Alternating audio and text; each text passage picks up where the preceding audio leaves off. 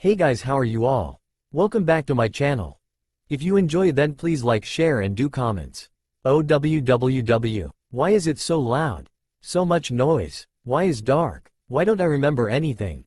Had to open my eyes. Slowly, gathering my strength, I opened my eyes to see a horrifying sight in front of me. I was in some sort of crib, surrounded by candles during the middle of the night. I didn't have strong enough peripheral vision to see the rubble around me, but what was right in front of me was terrifying enough. It was two adults, a woman with a man behind her, with a giant claw going through both their abdomens. The claw was an arm's reach away from me, dripping blood on my forehead, entering my eyes. I noticed my body, nude and small. My fingers, tiny, still covered in afterbirth. Was I just born? I looked at the woman. She had blood-red hair, violet eyes of royalty, and was wearing a gown of sorts. The man behind her had azure eyes, blonde spike hair, and wore some kind of ceremonial battle garb. I noted the claw impelling them, connecting to the paw of a giant fox in the near distance, staring at them in anger, with chains binding him. I noted that they somehow attached to the woman in front of me, made of a material I couldn't grasp. Finally, I noticed something even more frightening in the middle of them all. Shinigami. I don't know how I knew what it was. I don't know how I, as a baby, was even able to comprehend everything around me. It took me a moment to realize that everything around me was frozen. No, not frozen. Leaves slowly moved, the blood dripped from the claw almost nonchalantly, and silence seemed to stretch indefinitely, an echo of something behind it all. I focused back on the Shinigami.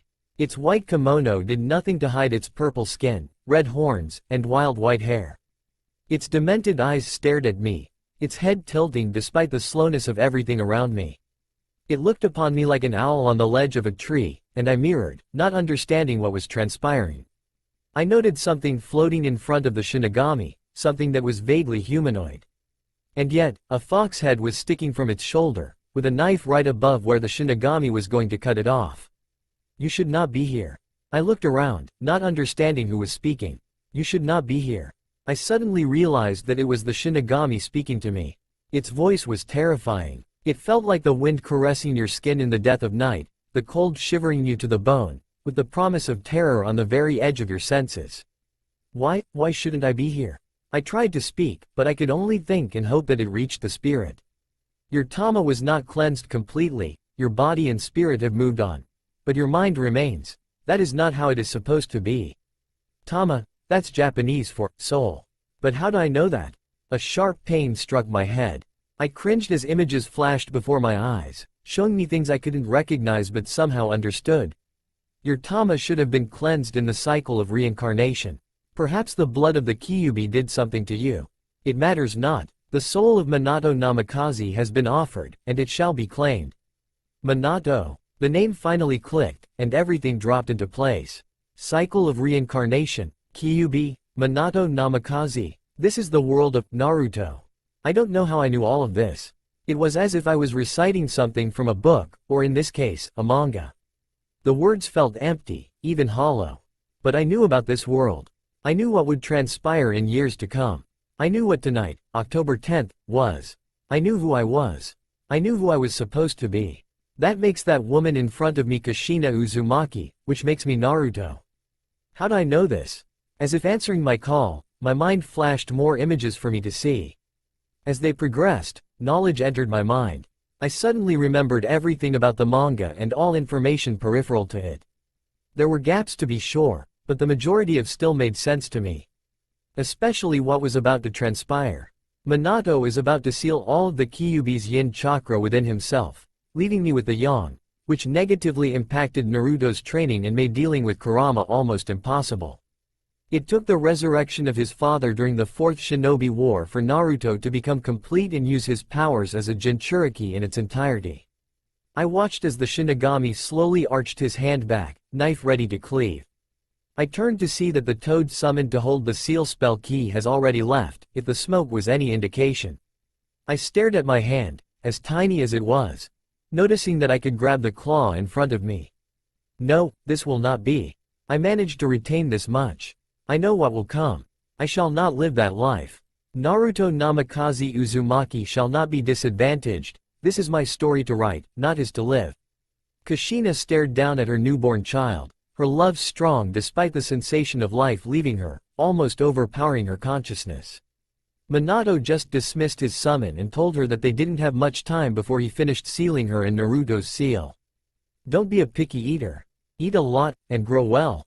Make sure to bathe every day, and stay warm, and don't stay up late. Get plenty of sleep, plus, make friends. You don't need tons, okay, just a few that you can really trust. And your ma was bad at this, but study hard and learn your ninjutsu. She kept talking, teaching and imparting as much as she could on her newborn as possible. It all slipped her mind in the last moments. Her weakness was just too much, not recalling what she just said in the end. Eventually, Minato took over. Naruto, my words to you as your father is fit to your loquacious mother, I guess. He sensed the Shinigami preparing to cut his soul. The nine tails continued to thrash behind him, not wanting to be sealed once more. Peace was descending on both of them, their eyes slowly drifting to close themselves and move on. That was until he saw his son open his eyes and grab the nine tails claw with his hand. The shock of this quickly awoke the two new parents, as did the sound of the Shinigami pausing. A glow seemed to come from the child, one that stretched from him, through the claw, passing through them both, all the way to the nine tails behind them. Minato turned his head, looking at the specter behind him. If this is what you truly desire, the exchange can be made. Minato asked Kushina. I don't understand. I sealed part of the Kyuubi already. Who is making the exchange? The bargain is struck and finalized. I wait to see what you plan to do with this in the future. Minato felt the glow pull back, dragging the remaining half of the Kyuubi into his son. But before he could calm himself, he felt the other half within him get dragged in as well. Before he got a chance to complain, he felt something else leave him and enter his wife, as well as something exiting her and entering him. Neither parent got a chance to ask what transpired when the 8 trigram seal formed on his son, and the Shinigami finished his slash. Hiruzen and the ninja behind him quickly jumped into the clearing where the Kyuubi once stood. He didn't know what happened in the moments before the fox was sealed, but the shock he noticed on his successor's face indicated that something went wrong. As he looked around, one of his Anbu called him, Sarutobi-sama, you have to see this. Hiruzen approached the now dead couple laying on the ground. He quickly noted that each of them, Minato, Kushina, and Naruto, had a seal on their stomachs. Quickly taking charge, he commanded his troops. Everyone, gather the dead and look for survivors. Someone send a report to see which family heads are still alive and which were replaced, call them in for an emergency meeting immediately.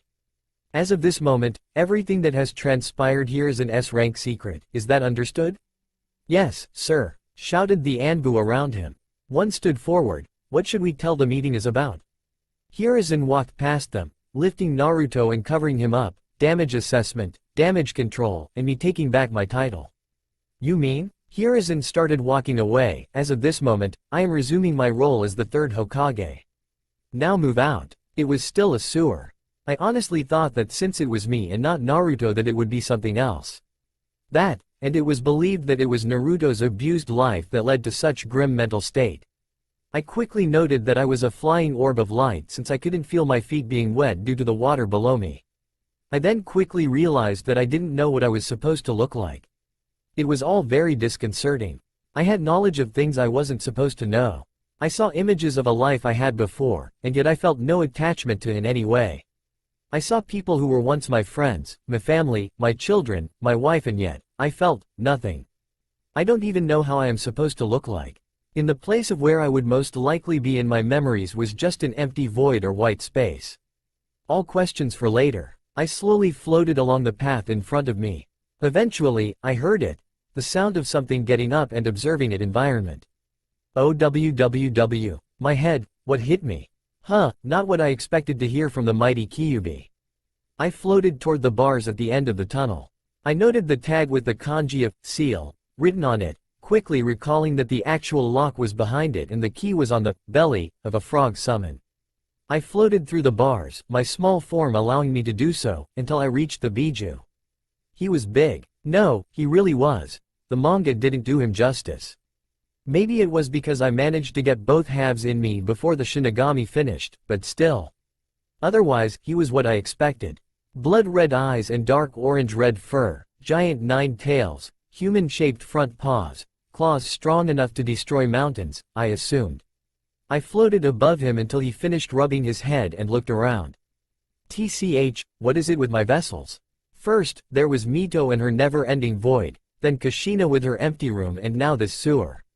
And worst, I have to deal with this until the kid comes and visits me in a few years. Or now. Do you have a preference for something else, Kyubi? The fox quickly looked at the orb of light floating near his nose. He paused, almost as if waiting for his thought to catch up. He promptly snarled, "Who are you?" I thought about this. I guess for all intended purposes, I am Naruto Namikaze Uzumaki, or rather, I am what was supposed to be Naruto Namikaze Uzumaki. The Biju's anger was quickly replaced by shock, followed by curiously, "What do you mean, supposed to be?" Based on what the Shinigami told me, my cleansing during reincarnation was incomplete.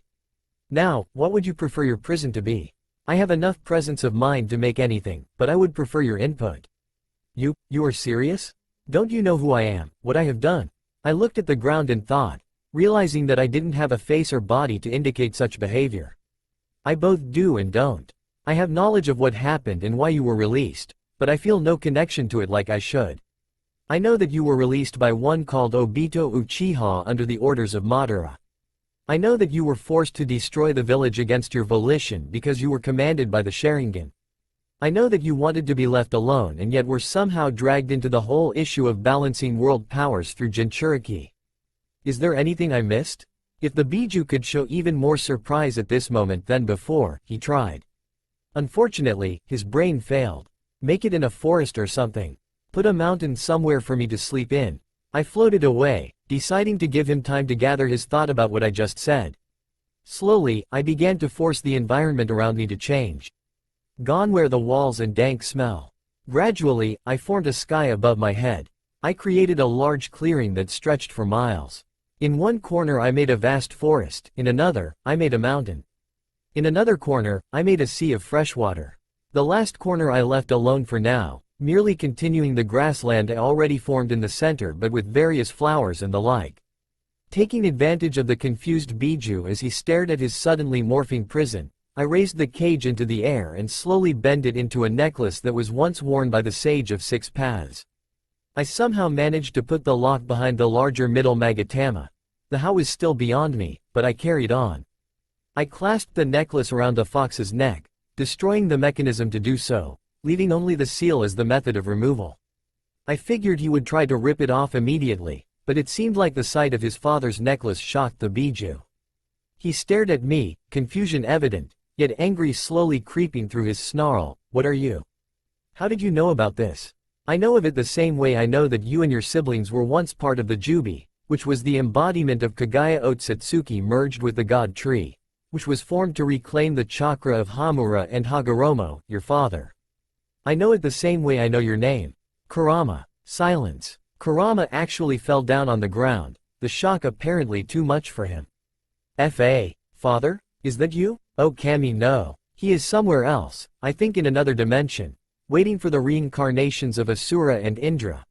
Which I guess won't be anytime soon since I replaced Asura." "Replaced? Wait, you are a reincarnated soul?"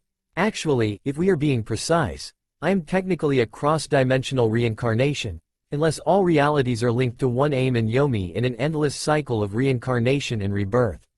I noted that if anime sweat tears were possible, one would be on top of Kurama's head right about now.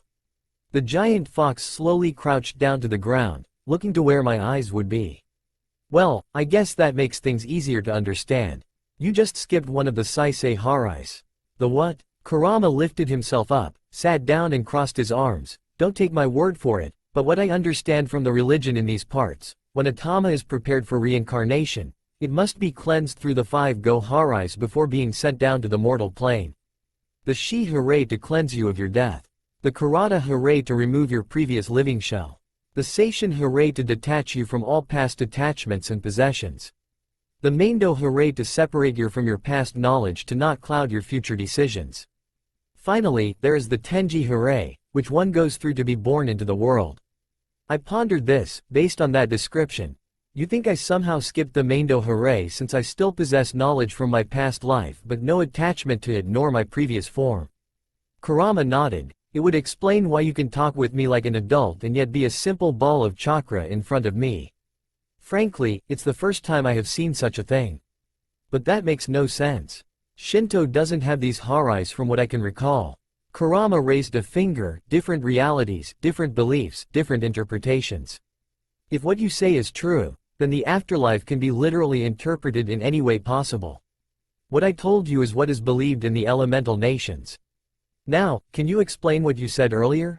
I considered sugar-coating the truth but figured honesty was the best policy here. Do you have manga here? Yes, said Kurama worryingly, almost as if anticipating the direction of where the explanation was about to go. In my previous life, when I was a child, I read a manga called Naruto. It was very popular during its time. It followed the life of one Naruto Uzumaki as he grew up in the village hidden in the leaves and his journey to become a ninja. Oh, Kami, sighed Kurama as he slapped his forehead. In all fairness, it's very possible that the mangaka was simply a seer who observed this reality or was reincarnated from an alternative form of this one. Kurama peeked through one of his finger cracks. I am afraid to ask, but I can only guess that is how you know my name and the formation of my siblings. Indeed, Kurama sighed. Is it also why you currently don't fear me? Actually, that is more to do with the fact you are complete. Granted, I was anticipating something much worse since you were depicted rather differently in the story, but I have a theory regarding that. In the manga, only your yang was sealed inside Naruto. But since yang was your primal and emotional nature, it was the actual container of all your negativity regarding your imprisonment and misuse by humans rather than your yin as Minato expected, I am guessing. Because of this, Naruto could only access your power through strong negative emotions, mainly anger, rage, and pain. As he was a very happy child, albeit misguided and rather dense at times, that made the process very difficult and detrimental to him, as he didn't have your yin half to pacify the corrosive effects of your chakra. Also, since you wouldn't cooperate with him, it took until the start of the Fourth Shinobi World War for you to cooperate with him.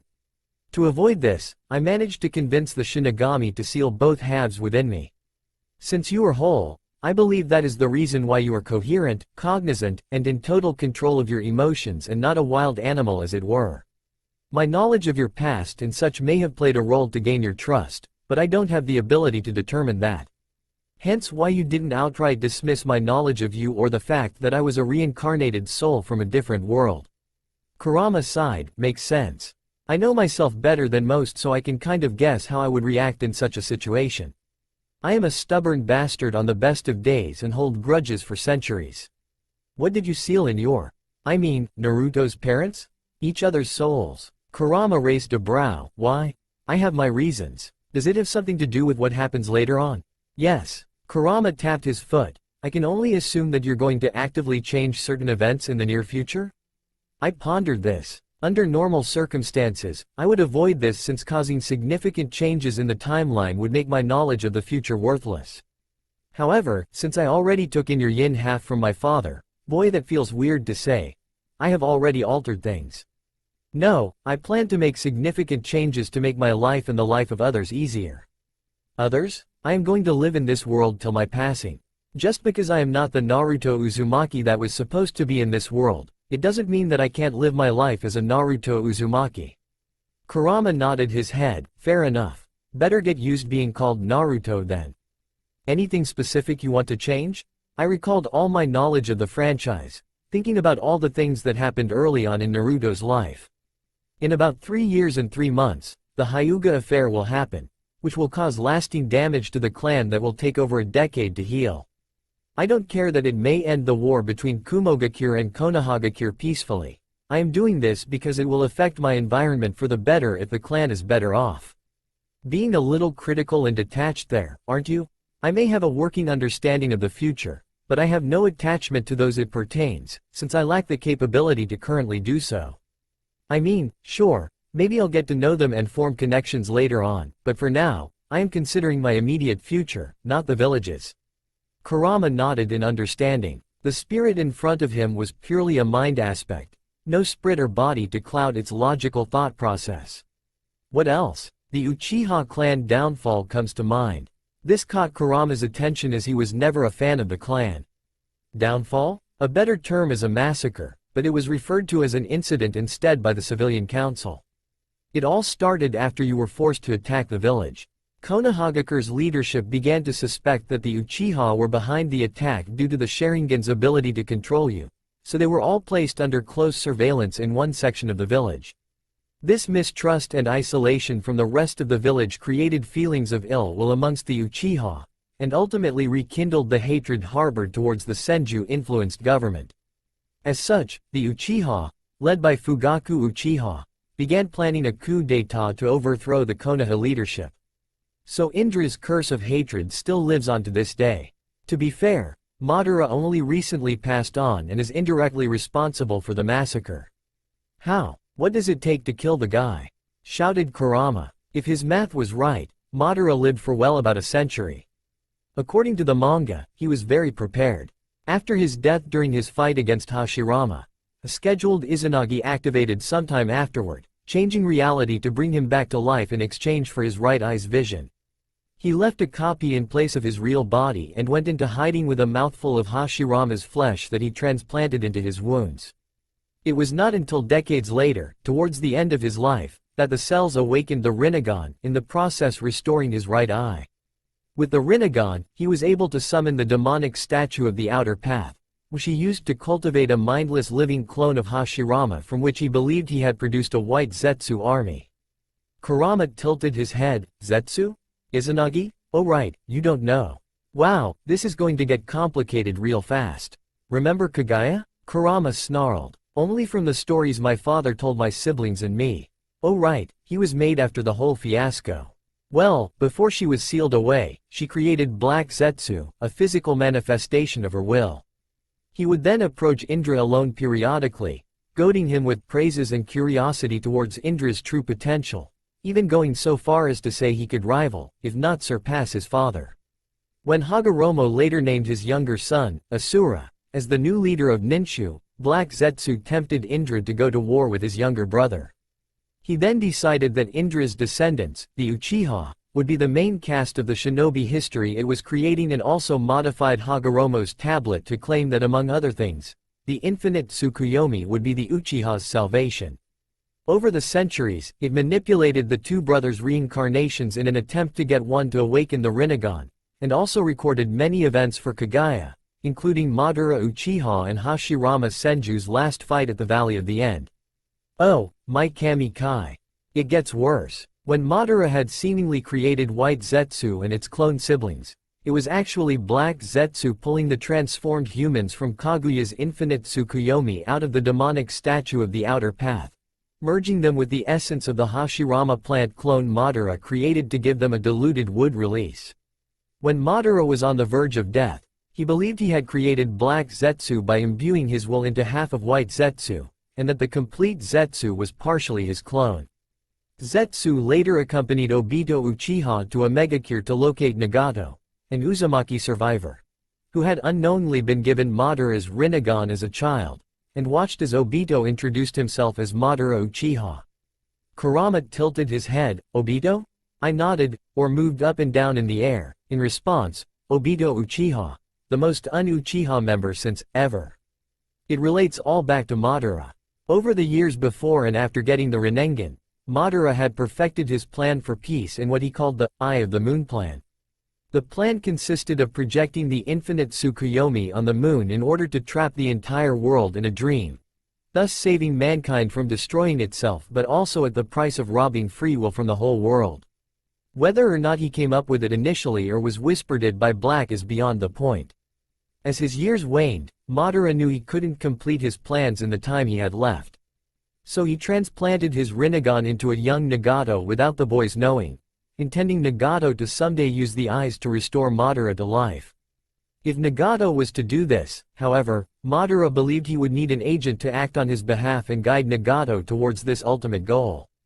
Madara waited, connecting himself to demonic statue to keep himself alive until someone could be found. He spent this time keeping a close eye on Konoha to find a suitable pawn to take his place. During the Third Shinobi World War, Madara found a severely injured Obito Uchiha. He used Hashirama's cells to replace Obito's damaged extremities and placed a forbidden individual curse tag in Obito's heart as a fail-safe in case Obito ever turned against him. Until then, Madara began working towards corrupting Obito. He did this by having Kirigakure kidnap the girl Obito loved, Rin Nohara, and seal the Sanbi into her. He then manipulated events so that Rin would die at the hand of Obito's friend, Kakashi Hatake, while Obito watched. Driven to despair by this sight, Obito offered his services to Madara. He then divulged to Obito the history of the Sage of the Six Paths and the Jubi, the details of his Eye of the Moon plan, and various techniques that Obito would need moving forward. As a final act, he left behind Black Zetsu, who he believed at this point to be a manifestation of his will, to provide additional guidance to Obito in pursuit of this goal. With that, Madara disconnected from the demonic statue and, with his dying breath, entrusted Obito with his name. Kurama's eyes bulged. Wait. Yes. Obito was both the one who controlled you and killed off most of the Uchiha during the massacre, all in Madara's name. Kurama rubbed his eyes. Anything else I should know regarding what basically comes to the entirety of the Uchiha history being puppets on strings? Good analogy. Well, there's also two white Zetsu of interest. One fused to Obito called Tobi and the other fused with Black, but that's neither here nor there. Let me get back to the massacre. Kurama rubbed his temple, waving his hand in a wave motion to go on. In preparation for the coup, the Uchiha started inserting its member within Konoha's command structure to act as spies. Itachi Uchiha was placed in the Anbu, the direct arm of the Hokage. However, Itachi did not agree with the Uchiha's plans, believing the coup would only escalate into another shinobi world war. I could have told you that. The boy was always near Makoto, who was friends with Kushina, so I know he didn't have it in him. He was a pacifist at his core. This got my attention. You knew what was happening outside of your seal? It was tricky at times, but yes. I can only assume you will give me greater access to the outside world? Among other things. Now, back to Itachi. Due to his beliefs, he turned double agent, providing Konoha with information on the Uchiha's plans. Hiruzen, who did not agree with the treatment of the Uchiha following your attack on the village, tried to find a peaceful resolution with the clan. Danzo Shimura, however, did not believe negotiations would solve anything and felt eliminating all the Uchiha would cause the least bloodshed. Oh, for Kami's sake, he got involved too? Wasn't trying to manipulate Kushina in the Anbu not enough? Wait, Kushina Uzumaki was an Anbu? Since when? This actually got Kurama curious. Was she not in the manga? Odd. She wasn't in it for long since Danzo kept trying to get his claws into her to put her en route, but Hiruzen and then Minato got him to back off. She still left Anbu and began using her Fuinjutsu skills to benefit the village. Anything I need to know about Danzo? It will come up. Now, where was I? Oh right. The Uchiha noticed Itachi's strange behavior and tasked Shisui Uchiha with keeping an eye on him.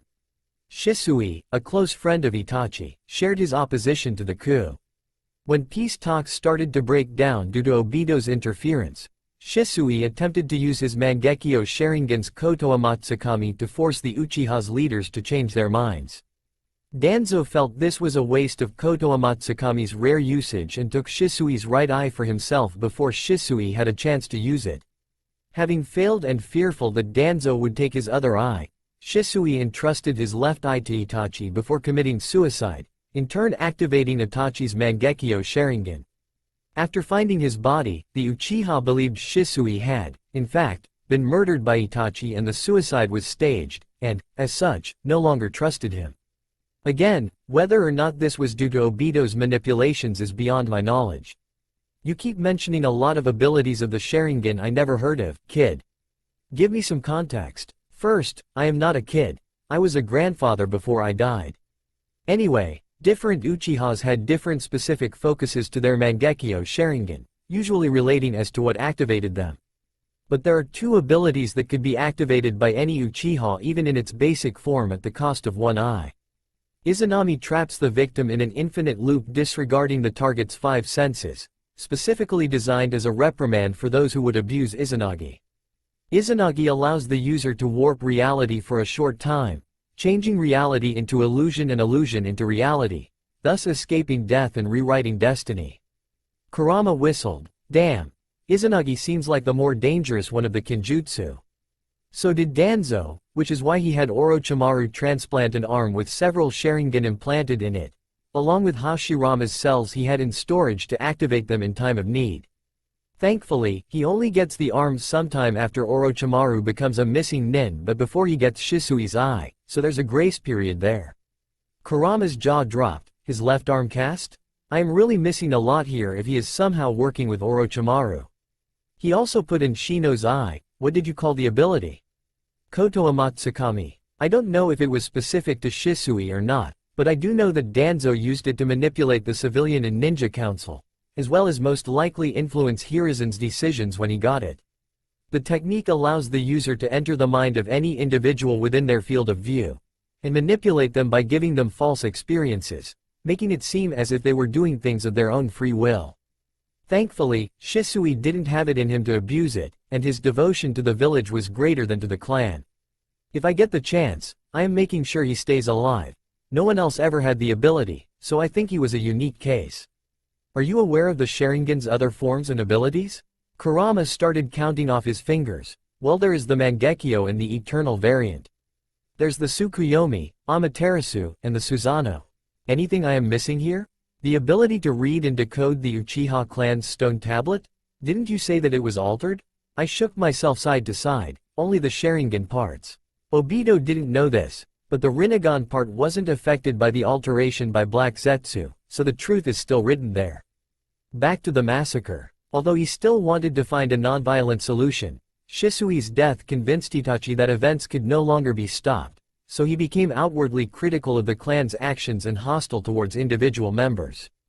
Danzo, aware of Itachi's conflicted feelings, explained the two possible outcomes. Either the Uchiha could be allowed to carry out their coup, an act that would ultimately lead to the entire clan's extermination, including his brother, or Itachi could assassinate the Uchiha before the coup took place, and in exchange would be allowed to spare Sasuke's life. Guess which option he chose? I'll give you 3 guesses, and 2 don't count. He was given an impossible choice. I do not question it, I am only retelling what I know. Before carrying out the massacre, Itachi found Tobi. The name Obito went by, sneaking around the village. Believing he was the real Madara Uchiha bent on destroying Konoha, Itachi offered to help him take revenge against the Uchiha for betraying him decades earlier if he would spare the village. Tobi agreed to this. However, Tobi also met with Danzo around the same time for unknown purposes. I can only assume that it related to the eyes Danzo had implanted in his arm somehow. Makes sense, mangaka can't write everything or have access to all that transpired, so it's guesswork. I nodded in agreement. In a single night, Itachi and Tobi slaughtered the entire Uchiha clan, Tobi the military portion and Itachi the civilian portion. Itachi expected Fugaku to be the greatest enemy and entered his home with great caution, but to his complete surprise, both his parents were willing to accept death rather than fight their son.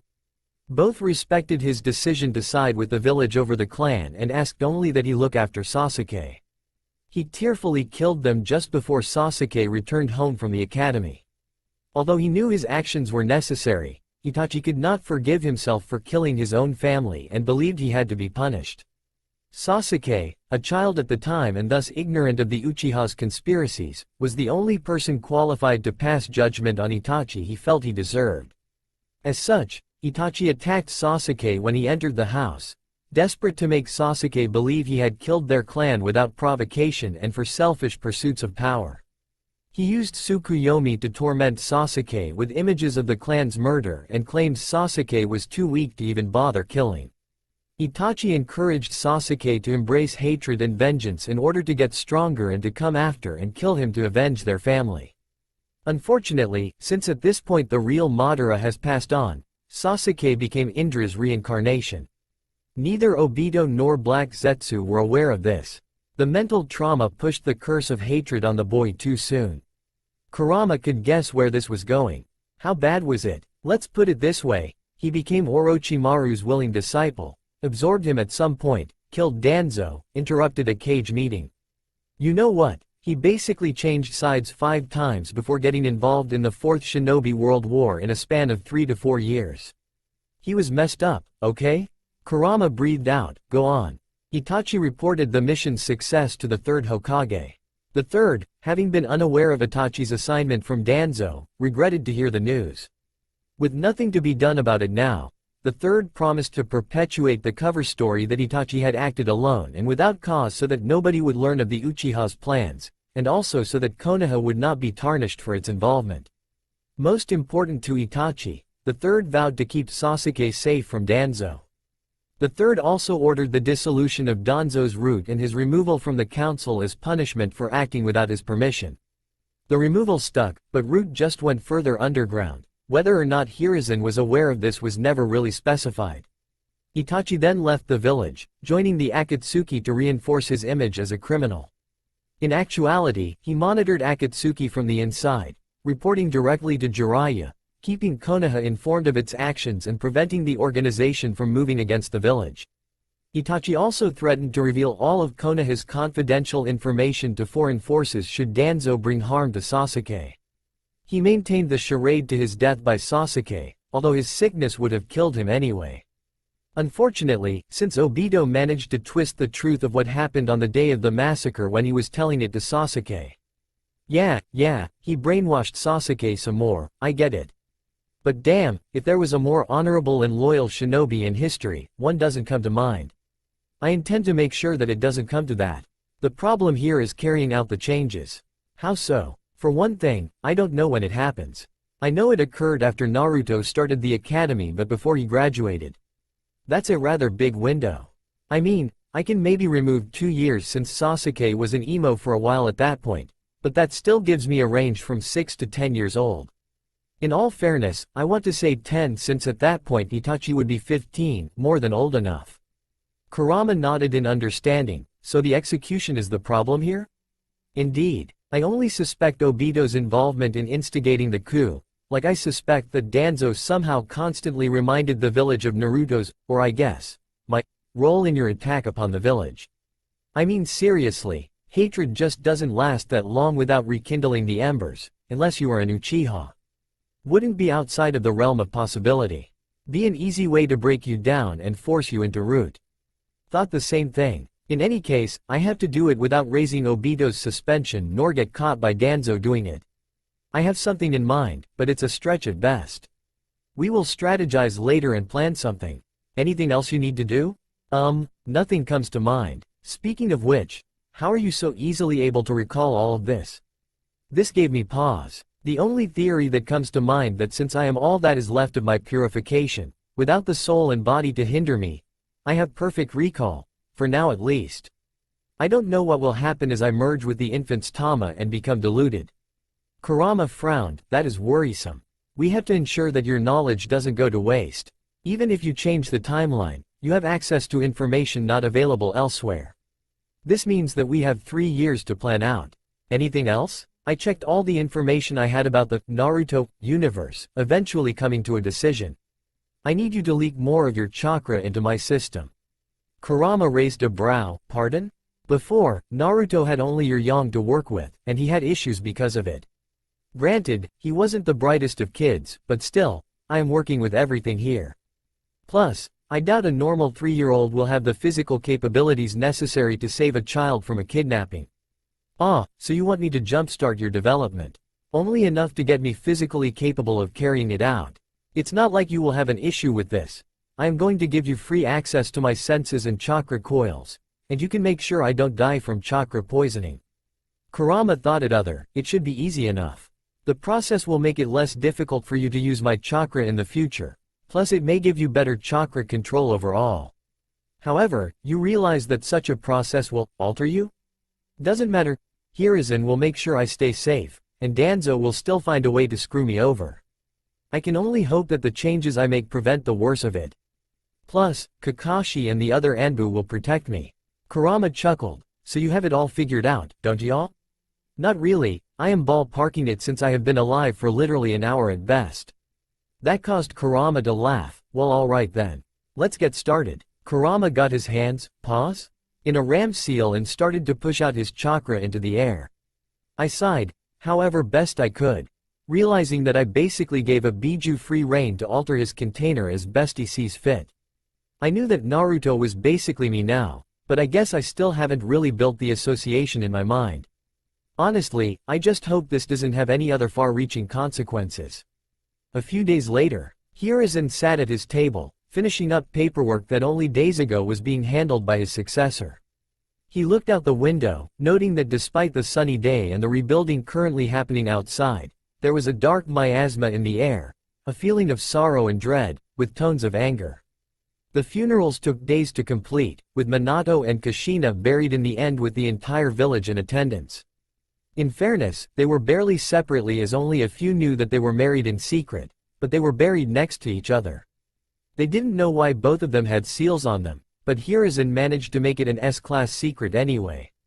Only a few people knew that they even had them, as the morticians managed to cover it up with makeup and dark clothes. He sighed, thinking about the council meeting that took place later between the civilian and ninja heads.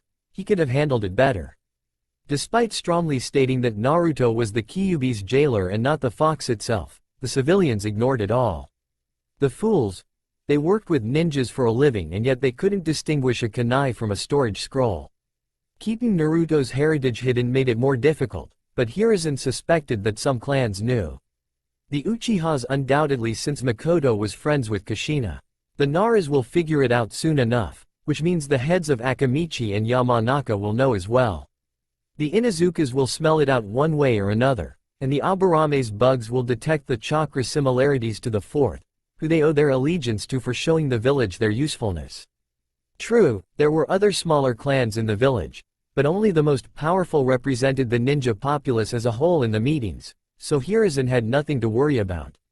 All he really had to deal with was the people of his village not killing Naruto in their hatred and ignorance of the given. His first assassination attempt actually took place at the meeting where his status as a Jinchuriki was revealed. A civilian head who lost his family to the Kyuubi attack jumped right up to the podium with a kunai. Thankfully, an Anbu stopped him. It's been days since then, and the civilians were calling for the infant's head. The ninja were less outspoken, but Hiruzen knew that there were those among them who wanted to do the same. Ninjas they were, but victims of tragedy they were as well. Grief blinds those of the truth in even the best of circumstances. Hiruzen was so deep in thought that he missed his window opening up. The three Anbu hidden in his office didn't. They stopped as soon as they noticed the kanji with oil written on the intruder's headband. Is it true, sensei? Is it true what I heard about Minato? Is he? Hiruzen lowered his head. I am afraid it is Jiraiya. Minato and Kushina are no more. Tears started to form on the edges of Jiraiya's eyes, which he quickly wiped away. And, what of my godson? Is Naruto? I am afraid that he is the new Jinchuriki of the Kyuubi. Jiraiya became serious, and you summoned me to make sure that the information regarding his heritage and role didn't reach the ears of the other villages. That was one of the reasons why I called you. However, something unusual was discovered recently regarding Naruto. Jiraiya panicked. What's wrong with Naruto, sensei? Hiruzen pointed to the crib in the corner of the room. Perhaps you should see yourself. This was the only secure place I trusted with his well-being. The toad sage walked over and looked down into the crib, noting the sleeping infant. Jiraiya smiled. He had his father's hair but his mother's face. The whisker marks were going to be a problem to explain but would definitely make him a babe magnet in the future. His claws were going to be an issue. Wait, claws? Jiraiya noted the hands. The nails were a little sharper than usual. Going on a hunch, he gently lifted the edge of Naruto's lips, finding a small fang growing on one side. He slowly turned to his sensei, who nodded in understanding. We checked the seal twice before you arrived. There is no error, and the leakage is just as designed for the 8 trigrams seal by Minato and Kushina. But, he is a newborn. They are supposed to start teething at 6 months, not a week after birth. Hiruzen agreed, balancing his head on a pedestal made with his hands. The claws and fangs can be explained away. The Inuzukas have similar traits as well. Unfortunately, we can't risk that with Naruto, especially since I was forced to implement the law regarding his identity as a Jinchuriki. That law is going to cause more trouble than it's worth. It is the only way I could keep him safe without disclosing his identity as Minato's son. Jiraiya sighed in understanding as he lifted Naruto's shirt and started analyzing the seal. After a few minutes, he put the shirt down. I am sorry to say this, sensei, but the seal is flawless. There are no errors, no deviations, no alterations, nothing. The Kyuubi is securely sealed within Naruto. And yet, the fox seems to be influencing the boy's physical development, something I have never seen before or heard in any other Jinchuriki. Jiraiya crossed his arms. To be fair, I heard that the Gobi and Yanbi in Iwagakure were rather large individuals. Could that have anything to do with it? Hiruzen closed his eyes. Well, the body would need to compensate for larger chakra coils with a stronger body, but still. Consider this, pointed out Jiraiya. Kushina was sealed with the Kyuubi when she was already a small child. Well past the age of development, like other Jinchuriki as well. Plus, her seal was different from Naruto's. Maybe the combination of both factors is causing this? I considered this in private while the clan heads were debating about who would take him in. Unfortunately, the medics and researchers I could trust couldn't discern anything. I can only assume that no clan is going to take the boy in due to the power imbalance it would cause?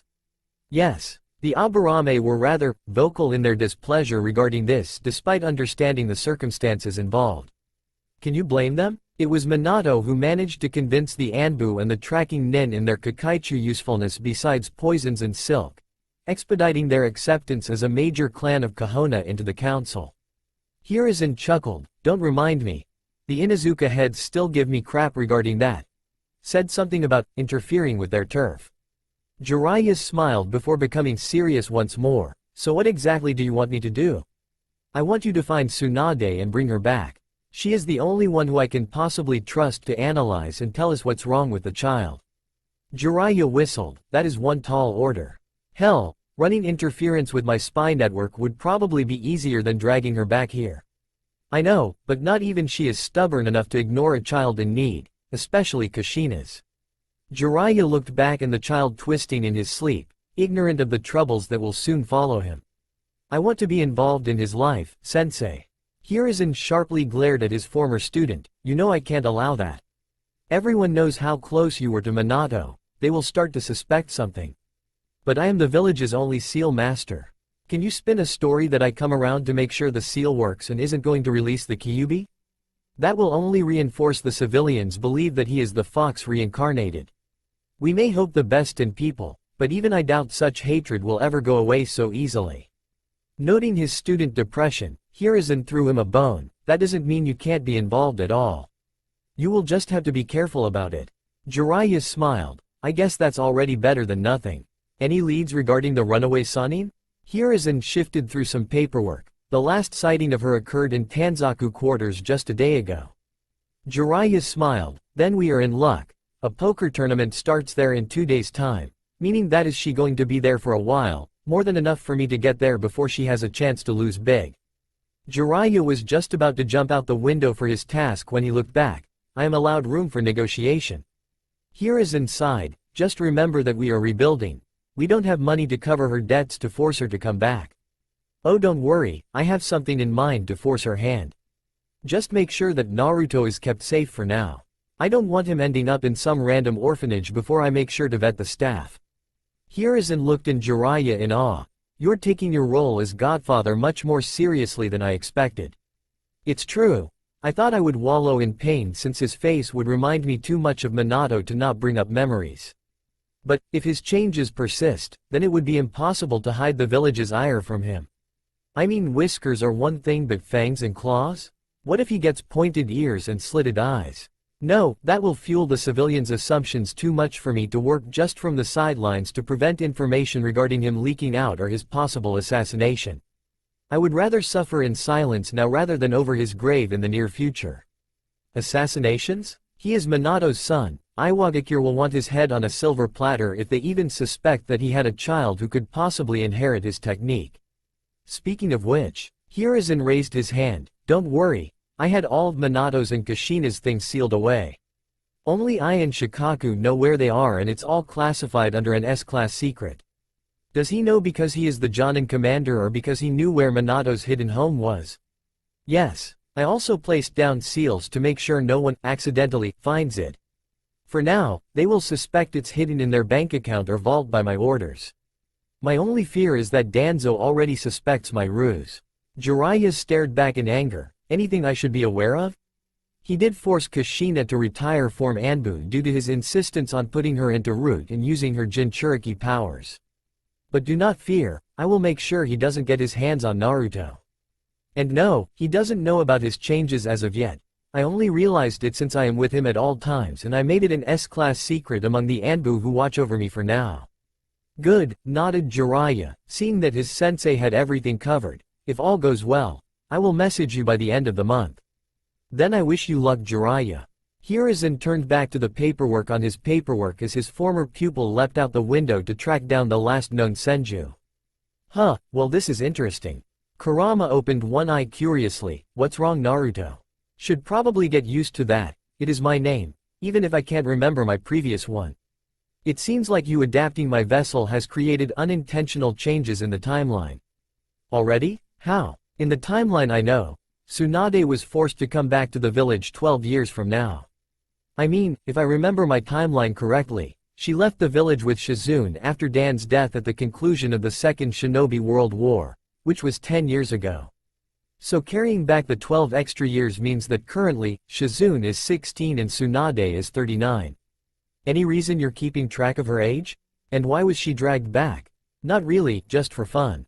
The reason she was dragged back to the village was so that she could become the Godem Hokage after Hiruzen passed away. Kurama critically stared at the ball of light he had gotten used to. You aren't telling me everything here. I turned around to face a meditating Kyuubi, in due time. In all honesty, it's Jiraiya's attitude that surprised me. The pervert surprised you? Yes. In the manga, he only truly got involved in Naruto's during the Chunin exam in 12 years. But it was suspected that he protected him from the shadows with misinformation, sending him money and the occasional birthday gift. Not the best godfather from a child's point, but from a shinobi's point.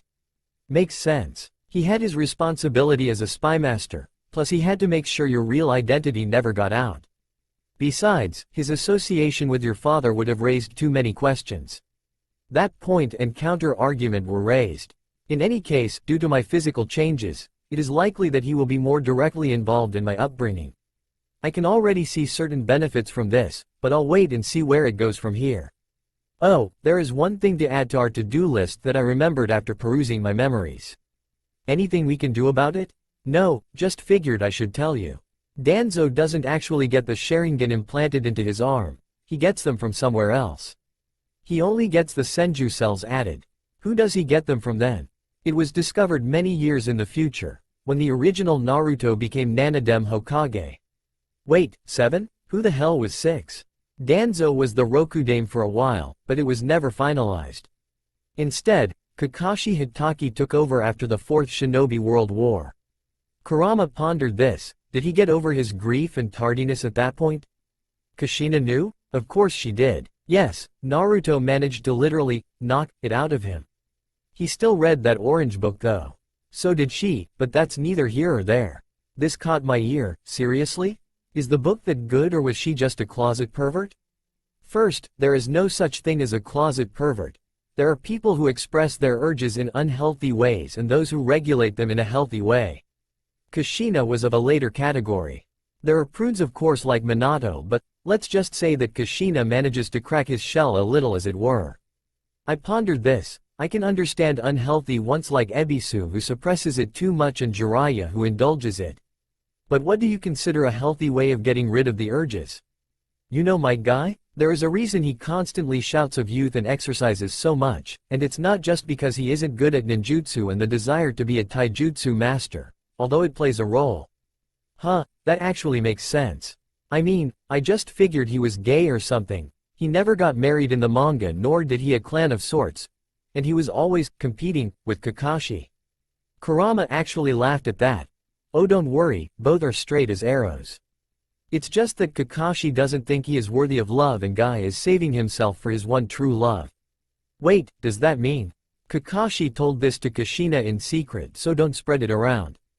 Honestly, I was just kept thinking that Rock Lee was his secret love child or something. Their physical resemblance was just too uncanny.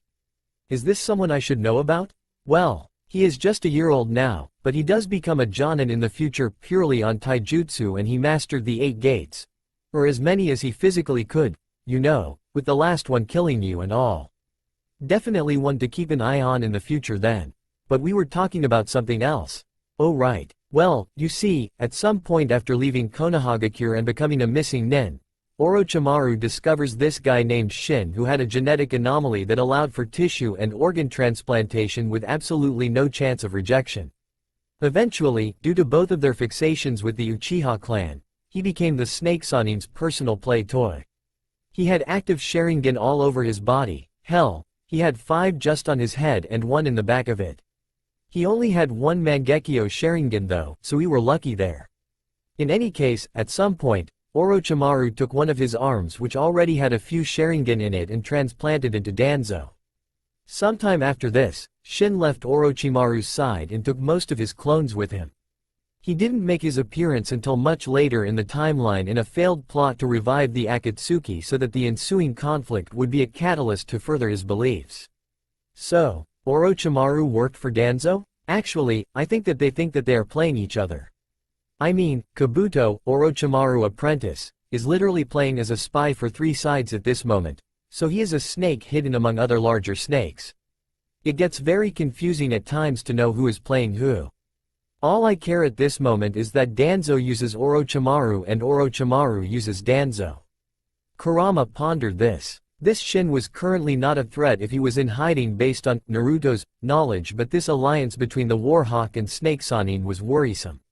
Does Hiruzen know? No. For one thing, Root is still active at this time, and Danzo carries out these deals in secret, before and after the Uchiha massacre and Orochimaru's status change. Also, the information that they were even making deals was discovered much later, by who, or how escapes me. In any case, I don't think we should remove Danzo from the playing board yet. Why? Because despite his twisted morality and ambitions, Danzo is one thing above all, a nationalist. His love for Konoha is why he engages in his secret actions. Who knows how many hidden assassinations and plots he carried out that impacted the story behind everyone's back. No, until we have a clear assessment and understanding of the current political, social, and economic strings that Danzo is tugging and pulling, he gets to live. TCH, you're playing a dangerous game here, Naruto. You have 3 years to get ready before begin to carry out your plans, during which you have to avoid suspicion by both Danzo and Hiruzen. That's not even accounting the possibility that Jiraiya and Tsunade are about to be a constant presence in your life. Kami knows what else you will recall regarding the future. Don't remind me, Kurama. Let's not forget that the body and spirit of my vessel are starting to influence me. Kurama was afraid of this happening. When he initially met him, Naruto had no emotion in his speech and was very analytical. But slowly, his speech started gaining intonations, and his once ball-like form was slowly gaining appendages. Very soon, he will take on a childlike body and worst-case scenario, a childlike mentality. Well, this cuts into our preparation time. How much do you have left before you finish categorizing your knowledge and storing it away? 2 or 3 more days. I finished filling away my past life and knowledge from that world. I need to add a few more safes and runes to the main space before continuing, but all my Naruto knowledge is ready for storage. Just make sure I'll be able to access it if worse comes to worse and you forget yourself. Already done. I left several messages and instructions for myself if I don't believe you if we shall meet under such circumstances. Kurama smirked, so you planned it all out? Good, I was afraid that I was teaming up with a clueless little reborn soul. I want to say that I did, but it's more than likely that I forgot something important that I consider insignificant. It took Jiraiya shorter than expected to get to Tanzaku quarters, and even quicker to locate Tsunade and her apprentice.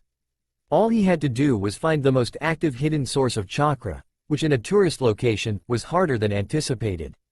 It took 5 bars before he finally found her sitting on a stool, drinking away her sorrows with sake. Instead of rushing in, Jiraiya did the impossible and sat down next to her with some level of decorum. Noting that her apprentice wasn't with her, he assumed that she was in a hotel room somewhere nearby, meaning that Tsunade is less likely to suddenly run off if this went south. Jiraiya sat in silence and waited while Tsunade finished drinking what seemed like her 4th flask of booze. He knew that she knew he was next to her, but this was too important to screw up, so he waited for her to make the first move. Must be something big if you actually manage to control yourself and not stare at my chest, Jiraiya. Finally given the opening, he turned to look at his former teammate. For someone a few months shy from her 40th, she still looked like someone in her 20s. Jiraiya couldn't help smirk at both her vanity and extreme level of chakra control.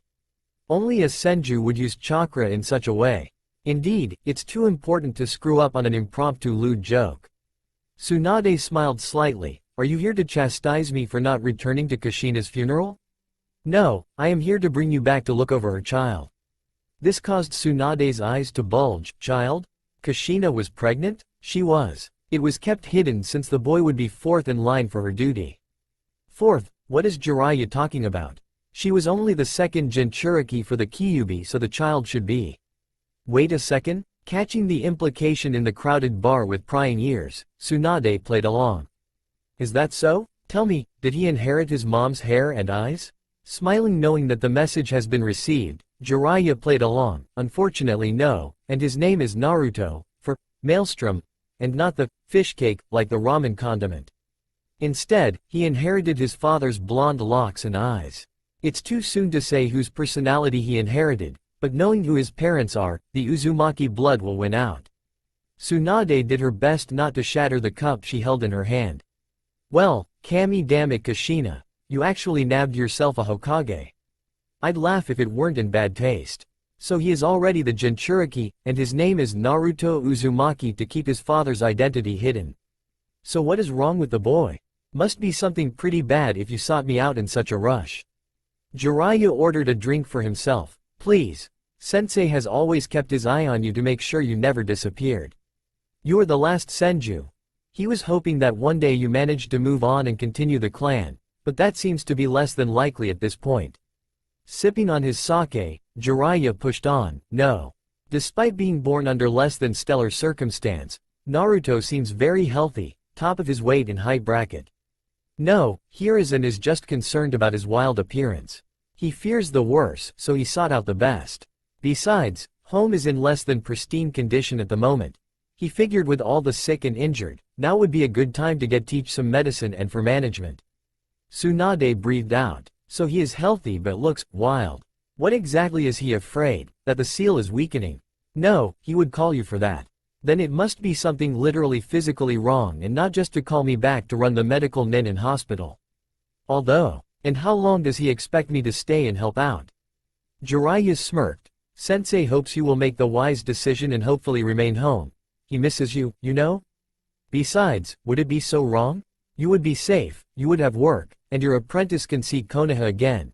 She won't even have to join our line of work. She can just skip right to working alongside you as your assistant or something. Was that a threat, Jiraiya? Jiraiya finished his drink. Not at all. But you have to admit, your debts must be piling up after all these years. I mean, how do you provide without dipping into your senju funds? Tsunade turned away, staring straight at the wall behind the bar. I wanted to distance myself away from Konoha, not have a constant reminder of it. I will come back damn well then please. Jiraiya frowned. Please reconsider Tsunade. This is Kushina's kid here, not even you. Don't you pretend to know me, Jiraiya. You have no idea what I've lost.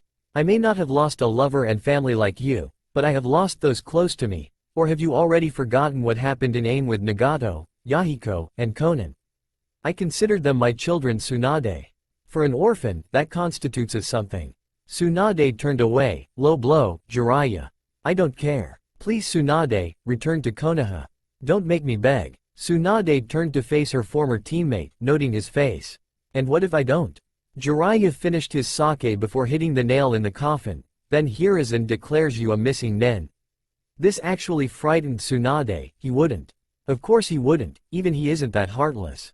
But Naruto is my godson and his son, so I will do everything in power to make sure he stays safe and healthy. As such, you have one day to reconsider before I leave. Or what? Inquired Tsunade, partly worried, partly angry, and partly afraid of what Jiraiya could do. Or I call in all your marks. This was not what Tsunade was expecting, huh? Jiraiya gave her a wide smile as he went on. Well you see, I order all my associates to acquire your debts. A signal from me and they call them in. Since you have outstanding fees with almost every casino in the elemental nations, it would become almost impossible for you to gamble anywhere. Safe for places like Iwa and Kiri, but even you wouldn't be stupid enough to go there. Of course, as a Senju, you would always be welcome in the casinos back in Konoha. At this, Tsunade finally shattered the cup she was holding. You wouldn't. Jiraiya started getting up to leave. I told you, Tsunade, Naruto has no one now, so I will move the mountains themselves to help him any way I can. You have a day to decide, and you know where to find me. Hiruzen's hand was cramping up after another day of writing. He looked outside, noting the setting sun. It's been 4 days since he ordered Jiraiya to find Tsunade and he was yet to hear back from him. Granted, he said he would get a message by the end of the month, but he could hope. The civilians caught wind of what Naruto was and demanded his head. He already had to make examples of some of them when they broke his new law, and that really hurt him. He turned to see the source of all the village's tension. Hiruzen had to admit that Naruto was an odd child. He was expecting, well, maybe not more from him, but something. He remembers how difficult Asuma was when he was that age, but Naruto showed none of those behaviors. Except for crying when he needed to be changed or fed by an Anbu or him, he was either silent or asleep. Hiruzen noted his blue eyes. As Jiraiya suspected, the pupil was already showing signs of slowly becoming a slit. Given enough time, Hiruzen feared that the azure blue recognized on his father would change to a bloody red. As if sensing his mental distress, a messenger bird arrived on his window. Noting the kanji on it that signified that it was Jiraiya's, Hiruzen quickly unfurled the scroll and read it. Huh, Hiruzen said nonchalantly as possible. Neko appeared from the wooden shelf in concern. Problem, Hokage-sama? Hiruzen closed the scroll. He succeeded. Tori quickly appeared from the ceiling. Tsunade is to return then? Calm down, bird. But Hokage-sama, this is a momentous occasion. Tension should decrease if a Senju returns to the village in its time of need to aid in recovery. It will give them hope for a new Hokage. I am afraid that is a fool's dreams. Jiraiya had to basically blackmail her into returning. Convincing her to take the hat will be almost impossible, even if she eventually understands why he did it. Tori went on his knee. Forgive my outburst, Hokage-sama. Hiruzen raised his hand. Don't worry, it was an understandable reaction. Please report to the head of Anbu of the Sanin's impending arrival. To think, all three will be in the village at the same time. Speaking of which, why didn't you get Orochimaru to check up on Naruto's condition? Because Orochimaru is a scientist and researcher first and foremost. I trust him only as far as he diagnoses what is possibly wrong with Naruto but not treat it. Besides, our relationship has been frosty since I made Minato the Hokage over him. Tokage finally appeared from behind the plant in the corner. Would now not be a good enough reason to put him in instead? On paper, yes, it would make sense. Unfortunately, all of Orochimaru's latest accomplishments have been done from the sidelines and behind closed doors thanks to his research and experiments. Minato, however, is known far and wide for effectively ending the war. Sure, the Sanin name has weight, but it can only go so fat. The Anbu nodded in understanding. Who do you have in mind for a replacement? Hiruzen pondered. If I could, I would put either Jiraiya or Tsunade, but Jiraiya is too good of spymaster to put behind a desk, and I already mentioned Tsunade's reasons. Otherwise, no one else comes to mind. Maybe Inu if he was older, but still. What about someone from the Uchiha clan? Or maybe a Hyuga? All valid prospects, Neko, but again, they have enough accumulated power as it is. Kami, the only reason they allowed me to become Hokage, other than my title as the professor, is that the Sarutobi clan has no significant political or financial holdings for me to influence. Other than your clan propensity of having high-ranking ninja, of course. Hiruzen smiled. Other than that. Besides, if we start considering those clans, might as well allow the War Hawk to get a chance at the hat. In summary, there is simply no one in the village who is both strong and young enough to take up the post. Tori got the message, other than Inu. Hiruzen sighed, and even him I doubt. I haven't seen him since the funeral. I know he took Minato's loss harder than most. Don't worry, Hokage-sama, we take care of our own, interjected Tokage. So, stared Tsunade, this is the little chibi. Naruto glared right back at the woman in front of him, not an ounce of concern on his face. Jiraiya stared in worry. I was only gone for a week, and he already has fox eyes. Just be glad his eyes are still blue, spoke Hiruzen. I started getting worried when his ears started getting tipped. Tsunade reached and checked the baby. Yup, the ears weren't as round as expected. Not pointy, but still. Are you too sure it's not the seal? I've seen Inuzukas look less dog-like than this. Now is not the time for jokes, Tsunade warned Hiruzen. Of course not. Now is the time for negotiation, smirked Tsunade. Tsunade, you treat my godson right now, and I'll get you a batch of Gamabunta's special sake. Shouted Jiraiya. Tsunade shook his hand. Deal. As Tsunade's hands glowed green with chakra and her inspection of Naruto began, Jiraiya and Hiruzen hanged their hands in shame. I should have just offered her that in the first place. Would have been cheaper anyway. Yes, Jiraiya, but how pissed would Gama be if you did that? True sensei, true. After what seemed like an hour, really it was 10 minutes max, Tsunade spoke. Why did you, what did you find? Well, it's not as bad as you may think, but I guess no one ever expected a Jinchuriki to get this. In all fairness, it is something any mid-skill medic would notice in an adult, but a baby? This caught Hiruzen's ear. Is it fatal? Can it be reversed? Oh certainly. Naruto's system is just out of sync. Out of sync? Inquired Jiraiya. Tsunade wiped her brow and hands. Yeah, usually happens when a shinobi undergoes chakra exhaustion or severe trauma, usually a combination of the two. Funny thing though is that it usually happens to individuals with a lot of chakra, never seen it those on the low side. Kind of why it's usually found in males and all.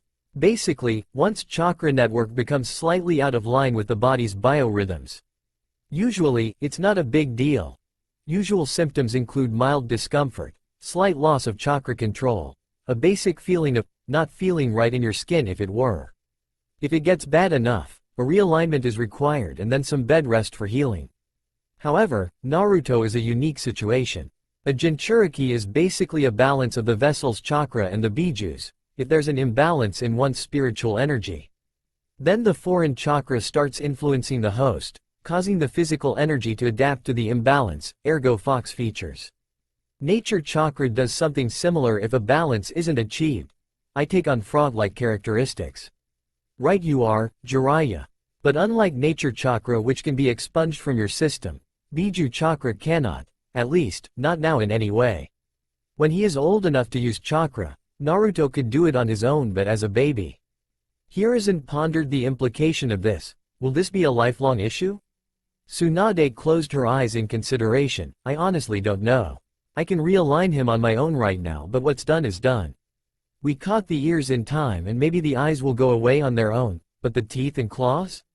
I recommend a good dentist and frequent manicures. I don't even want to start thinking about how his brain and body chemistry have already been affected. All I can offer is frequent checks up with decreasing frequency as he matures to survey the damage or possible continuation of the changes. Jiraiya clenched his hands into fists. Just treat him Tsunade, please. Tsunade, noting the actual concerns on her former teammate's face, felt sympathy for the man. I was going to anyway.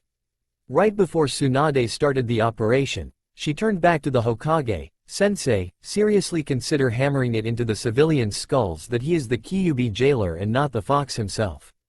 These changes are not going to be easy to ignore. And I have a strong suspicion that Jiraiya will knock more heads than me if anyone touches him with intent to harm. Hiruzen looked at Jiraiya, noting his tension. Perhaps it's best if you go and have a drink. You earned a small reprieve for now. Jiraiya unclenched his fists. Maybe. First I got to go and set up an account for Naruto so he can get a stipend to use. I suspect that the civilians will find a way around your law sensei, one of which will include screwing him over financially. Tsunade waited for Jiraiya to jump out the window before saying one last thing. If it weren't for the fact I am sober right now, I would swear that he was someone other than the toad sage we all grew up with. Caught me by surprise as well, Tsunade. But tragedy does bring about change in people. Besides, as a former orphan, Jiraiya will relate to Naruto on a very fundamental level, unlike both of us.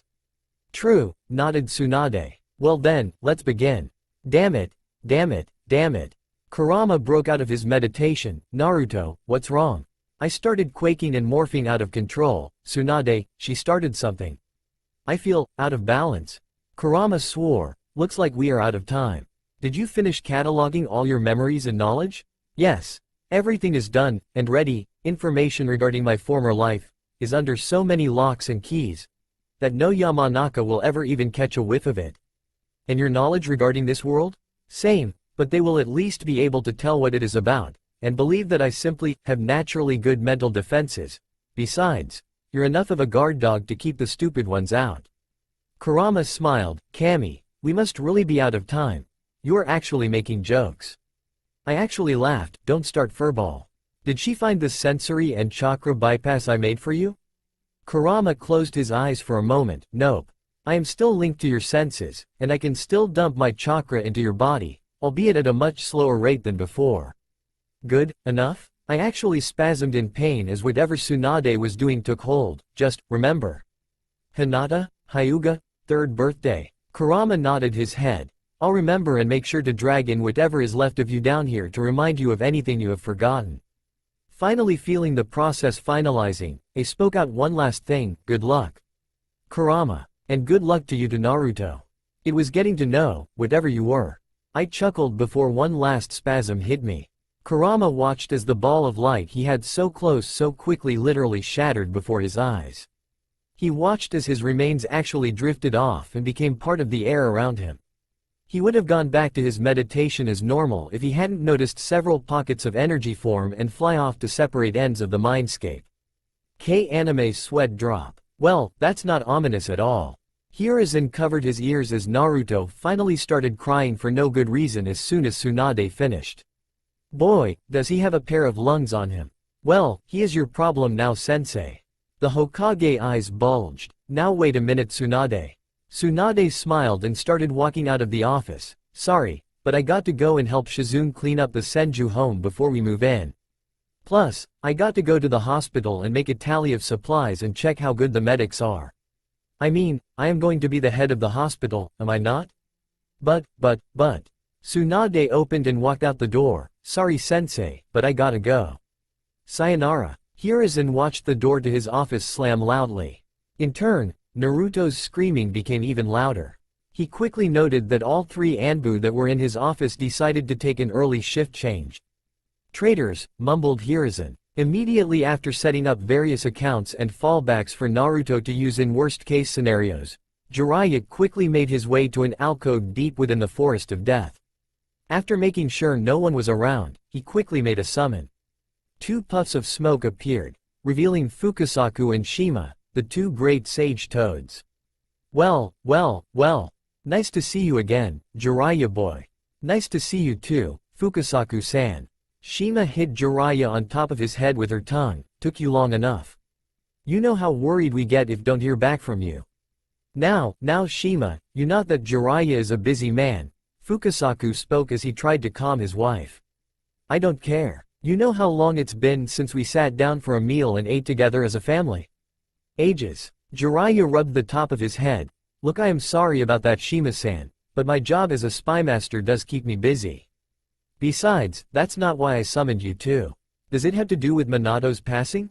At Fukasaku's question, everyone became somber. How did you know? His name disappeared from the Toad contract. He has passed on, hasn't he?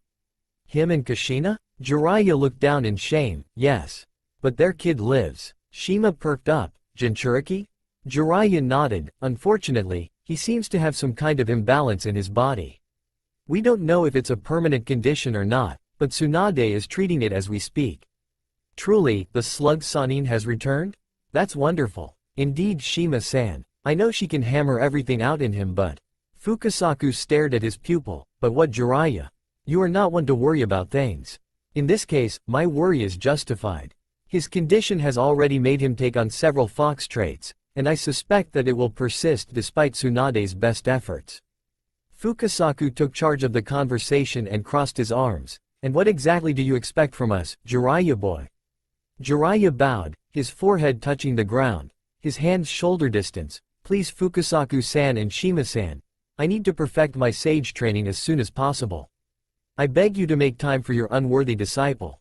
Fukasaku was gobsmacked by this request while Shima in her fluster tried to get Jiraiya to raise his head. Raise your head, you foolish child. That is not appropriate behavior for your position. Remember, we chose to allow you to become a toad summoner. What makes you think you are unworthy our tutelage? The fact that I always managed to find any excuse imaginable to get of training with nature chakra, looked up Jiraiya. Don't start Jiraiya. That excuse only worked before your responsibilities became too cumbersome to make any long stretches of time available for you to train with us. What changed now? Jiraiya sat in a kneeling position. Naruto's physical changes are similar as to then I lack balance within myself and take on toad features due to nature chakra. I need to master Sage Mode by the time Naruto is old enough to start working with chakra so I can teach him how to properly achieve balance within himself. As his godfather, it is my duty to ensure his well-being. Fukasaku smiled. Jiraiya, there is no more admirable reason than that to demand our teaching. We would have made time to train you regardless of circumstances, but if it is for the sake of your godchild, then we can begin immediately. Shima clapped. Oh, it will be so nice to have visitors again. I can finally try my hand at some new dishes for you, Jiraiya-chan. Jiraiya bowed once more, higher off the ground this time, thank you. I'll need time to inform my associates and set up a workable schedule to maintain my network and train with you, so give me 2 days to get all the messages out. Fukasaku and Shima both nodded in turn. Then we expect you for dinner in 2 days' time, Jiraiya boy. Until then, Jiraiya completed the seal to dismiss his summons. Just you wait, Naruto. I'll make sure nothing happens to you. As he was leaving the forest, a thought struck him, oh crap, what about my manuscript for Icha Icha? Damn, I hope my publisher doesn't kill me. December 26th, 3 years later. I opened my eyes and saw myself laying in a field. I got and looked around, noting the landscape around me. It all seemed familiar. I could have sworn I have been here before. I started exploring, walking whatever direction suited me. Eventually, I made myself to what appeared to be the center of it all. As I drew near, I saw a figure sitting in a meditative pose with its hands in a ram sign. I only realized that it was a giant fox when I finally reached its feet. I stared in silence at what I realized was the Kyuubi no Yoko, the demon that attacked my village all those years ago. Before I got a chance to ponder the implications, one of its eyes opened. Huh, I figured I would need to summon you myself. Guess you left some sort of trigger to summon yourself without my aid. Summon myself? What are you talking about? And how do you know my name? This caused the Kyuubi to actually open both eyes in concern, tch. I guess Tsunade's treatment did more damage than we thought. Thank Kami for your contingency plans. Wait, how do you know Tsunade? And what is this con, damn it, I can't say that word. The fox chuckled as he turned and pointed at a door that appeared out of nowhere. I noted the kanji for, in case of emergency, written on it. Just go through that door, and everything will make sense afterward. Right, and I should do that why? Don't worry, it will just make things easier to believe afterward. I panicked. Who said that? I did, said the voice once more. I watched as from behind the Kyuubi appeared, me. Instead, 4 more of me appeared. But they all looked wrong. They all looked like me, but they all seemed different than me. One had red hair, another brown, one green, and one had blue hair of all things. The one with the blue hair walked ahead and raised his hands, do not be afraid. We are just different representations of you. But, how, why? The blue-haired me chuckled. All will be clear after you complete what is behind that door. Noting the absurdity of what would follow if I started questioning myself, I decided to listen to myself, and walk right past the Kyuubi. As I was opened the door, I turned to the blue-haired me, is what he's saying true? The blue-haired me stared at the Kyuubi and back to me once more, yes. What Kurama said is true, Naruto. Everything will be explained in due time.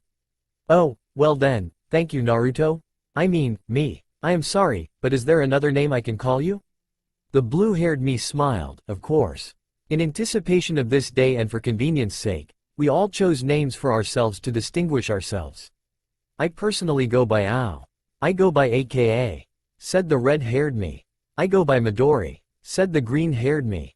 I go by Kashoku, said the brown-haired me. So, you guys go by hair color. Guess that's easy to remember. By that logic, I should call myself Ki. Are there any more of you? Only Shiro and Kuro, but they prefer to go by Yang and Yin. Don't worry, you won't meet them anytime soon. They are rather private individuals. Okay, I guess I'll talk to you guys soon, hopefully. I slid the door open and walked into the room. Ow. Literally the first thing I said as I exited my memory space, or is it memory room? Or is it memory apartment? Give me a break, it's not like this is something that comes up every day. Spending Kami knows how long catching up on things I have forgotten I knew would do that to you. It's disconcerting, learning something you didn't know you knew. Thankfully, I got dragged in during sleep, so no harm there. When I wake up in maybe an hour or two in real time, it will be the day of the Hyuga affair, which means I'll have enough time to get everything into place. Back to your old self now, are we, Kiro? Smirked Kurama as he continued meditating. As good as I can be, I guess. Now, I pointed to copies of me playing poker. You mind explaining that to me? Kurama looked down at the quartet he has gotten to know as friends during the last 3 years. Couldn't really tell you. When Tsunade synced you up, your essence broke up into several pieces and hid in the recesses of your mind. Best I figured, your mind was too vast to simply fuse with your undeveloped baby brain.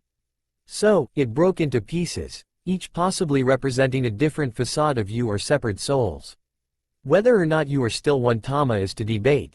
It's not like you can just grow them, even with a Biju helping you. Although all rules have been thrown out the window with you, so what do I know? Absolutely nothing apparently. But that makes no sense. Father was pure mind. He had no spiritual attachments. Ergo, no emotions or experiences to work off of and create us. I have a theory if you want to hear it, spoke Ao as he folded his cards. Seeing nothing better, I decided to join the game. During which I decided to observe my other personalities. Personas? Do I have dissociative identity disorder? This is going to be something to get used to. They all had my face, so no change there. AKA had flowing red hair that spikes up slightly and violet eyes, so he kind of reminded me of my mother. Ao had green eyes and straight blue hair that was combed to slightly cover his left eye. Midori looks exactly what Naruto was supposed to look like, except his hair is green, and his eyes are yellow. I only say supposed to look like him because my hair looks more like Minato's in shape, or at least it will with time. Kashoku had long brown hair in a ponytail and chocolate brown eyes. I could have sworn he looked like Neji until I realized that I haven't met him yet in this timeline. Kiro, so what's your theory? Aka, TCH. The Nancy boy here thinks that we are all personifications of elements. Damn it, I fold. Ow, now, aka, just because you represent fire doesn't mean you have to be grouchy about. Remember, each element has their own strength and weaknesses, so no need to be hung up on it. Aka, says the guy whose element naturally beats mine. Kashoku, calm yourself brother. Ao's theory makes some sense. It supports his claim that the environment one grows up in has some influence one's primary element than genetics. I raise. Kiro, really? Well, that would explain why a lot of people in Konoha are fire, you know, with the will of fire drilled into them as kids and all. I call. Midori, hi. That's actually not why, but the naming is funny, isn't it?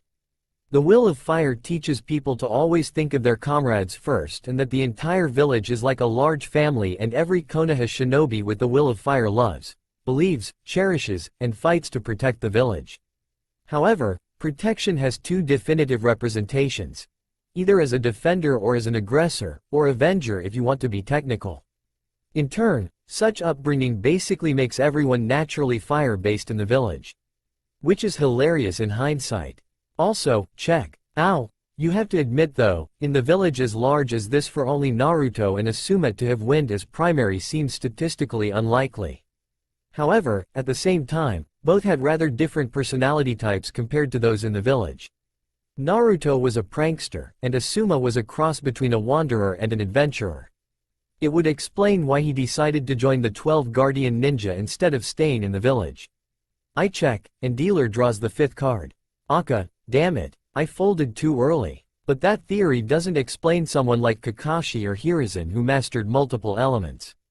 You really want to tell me that Kakashi was a mixture of multiple personalities unlike us who are a diffusion? Kashoku, on the contrary. Training to use an element requires one to manipulate their chakra in a specific way. As such, one, in essence, trains their chakra to react in a predetermined manner. As chakra is partially spiritual in nature, it trains their essence, or themselves, to think in a certain way. Hence why a primary element is so easy to learn. One already thinks in such a manner and in turn, can more easily attune chakra to that form. Learning another element, however, requires one to modify or outright change their way of thinking, making it that much more difficult. However, the end result is the individual coming out of the training somewhat enlightened, as if discovering another aspect or layer of their being. Truly, if Ao's theory holds merit, then individuals who can use various elements are the most stable and wisest of individuals. One only has to consider Hashirama, Tobirama, and Hiruzen as examples. Also, raise. Midori, hey, what about Oba-chan and Otto-san? Both were good leaders as well in the original continuity. I call and raise. Kiro, to be fair, Tsunade never learned wind release and Minato never got around to water and earth. Don't get me wrong, both were powerful in their own right and were level-headed when the need arose. Still, it does put things in perspective. I fold. Ow! It also explains why the dominant primary element for each hidden village is where they're hidden. Iwa has earth, Suna has wind, Kiri has water, Kumo has lightning, and Konoha has fire. In turn, each village has their own different mindsets and wills. I fold. Everyone stared at Kashoku and Midori as they remained in the game. Midori just smiled. I call. Kashoku nodded. Full house, queen high. Midori smiled and crossed his arms. Full house, ace high. Aka, Kami damn it. Is the devil's luck just tied to wind or anyone who acts like the original Naruto? Midori, who cares? I won. Kurama's sweat dropped. Do you have any idea how trippy it is watching you five play? Sorry, Kurama. Kashoku, good game today. If anyone needs me, I will be meditating. Aka, I got some rage to vent, so see ya. Midori, sure. I got some weapon ideas I want to try sketching. You going to do calligraphy, Ao? Ow. Yes, but after I talk to Kiro. 3 Naruto's shunshin away while 2 remained and Kurama got up from his meditation. I'll leave you alone for privacy. Got to take a bath anyway. Ao and Kiro remained in a seating position. Both started cleaning up while Ao spoke. Can I assume that our father left you the necessary instructions? Father, aren't we all the same Tama? Ao shook his head. I am afraid it's too late for that. When our original soul, our father, shattered, we became like seedlings, growing and developing on our own. We each matured differently, developing into our own separate little trees. It's better to say that we are all brothers rather than one person. We are still probably linked to one Tama as Kurama assumes, which is worrying. One of our biggest fears is that one day we may no longer choose to become one and we fear the ramifications of such an act on our well-being. Is that really a bad thing? Not fusing, I mean. Ao looked at Kiro in shock. Do you really want 8 different beings in your head? Kiro shrugged. Hey, as long as we keep to ourselves and make some kind of plan, I do not really see a negative here. You all have your own space, and by what I can gather, you all get along, and I can see benefits in having a council of me with various outlooks and opinions. Heck, if I decide to become Hokage one day, it would be like having my own personal advisory council. Ao pondered this. I never looked at it that way. Granted, we've been busy with other things in the last 2 years, but still. Kiro finished up cleaning, out of curiosity. Now that I am aware of you guys, are we going to be switching who's in control from now on? Ao raised his hand. No need. We've gotten used to you being in the driver's seat as it were. Besides, we are all linked to your senses just like Kurama. If the need arises however or you call on us, we can switch without a problem. Also, we don't really want others to catch on, do we? Huh, good to know. As they finished putting everything away, Ao finally asked, so how far along are you? What exactly did father leave you? Not much. I mean, he gave me the layout of a lot of things, but unlike you 4, I haven't really started training myself. I've been dealing with other stuff. Ao nodded, but you at least now know how to do the Academy 3, Kawari, Bunshin, and Henge, Shadow Clone, and the body flicker now, right? Kiro nodded. Good, continued Ao, that's more than enough for our plan regarding Hinata. Go out and practice chakra control a little. You will move out at night when everyone in the orphanage is asleep. Got it. Kiro phased out of the mindscape as Kurama returned, shaking the water off his fur. Did he ask about yin and yang? No, but I think he gets the idea about them. Which is, that they are not yet done growing. Later that night, Kiro was currently hanged as a bird, watching the Hyuga compound. More specifically, he was watching the room where Hinata was presently sleeping in. He noted that the guard currently observing her quadrant was about to change shifts, so Kiro expected the head ninja of Kumogakure to sneak in sometime soon since the new moon was at the apex. It was brilliant actually. They picked the night with least amount of light possible to commit the kidnapping. While waiting, Kiro pondered the last 3 years of his life and how certain things played out. Orochimaru still abandoned the village. Kakashi still disobeyed Danzo and allowed Yamato to live. Probably, Inu still watched over me, which was a plus, and the civilian council were still dicks to Naruto and abused their privileges. A lot of things changed though in hindsight. Due to Kurama's influence, Naruto looked more like a 5-year-old than 3-year-old, which was a plus. As expected, Tsunade hammered into him to file down his nails and watch his fangs, which to be fair, he only had like 4, since the eye and ear thing didn't stick. Oh sure, his ears were slightly pointed, and his pupil wasn't completely spherical, but you had to get right up to him to notice. Villagers gave him smack for that because it looked weird and they at least had a genuine reason to convince their children no to hang out with him. It still allowed Naruto to meet Tuchi and Ayame at Ichiraku's. And like he hoped, the ramen was delicious. Thankfully, he seemed to have inherited the original Naruto's never-ending pit of a stomach, which was a bonus. Plus, unlike the original, he actually orders extra vegetables to counteract the sodium in the dishes. He was not going to be short like the original. Getting Jiraiya into high gear seemed to have done some good as well.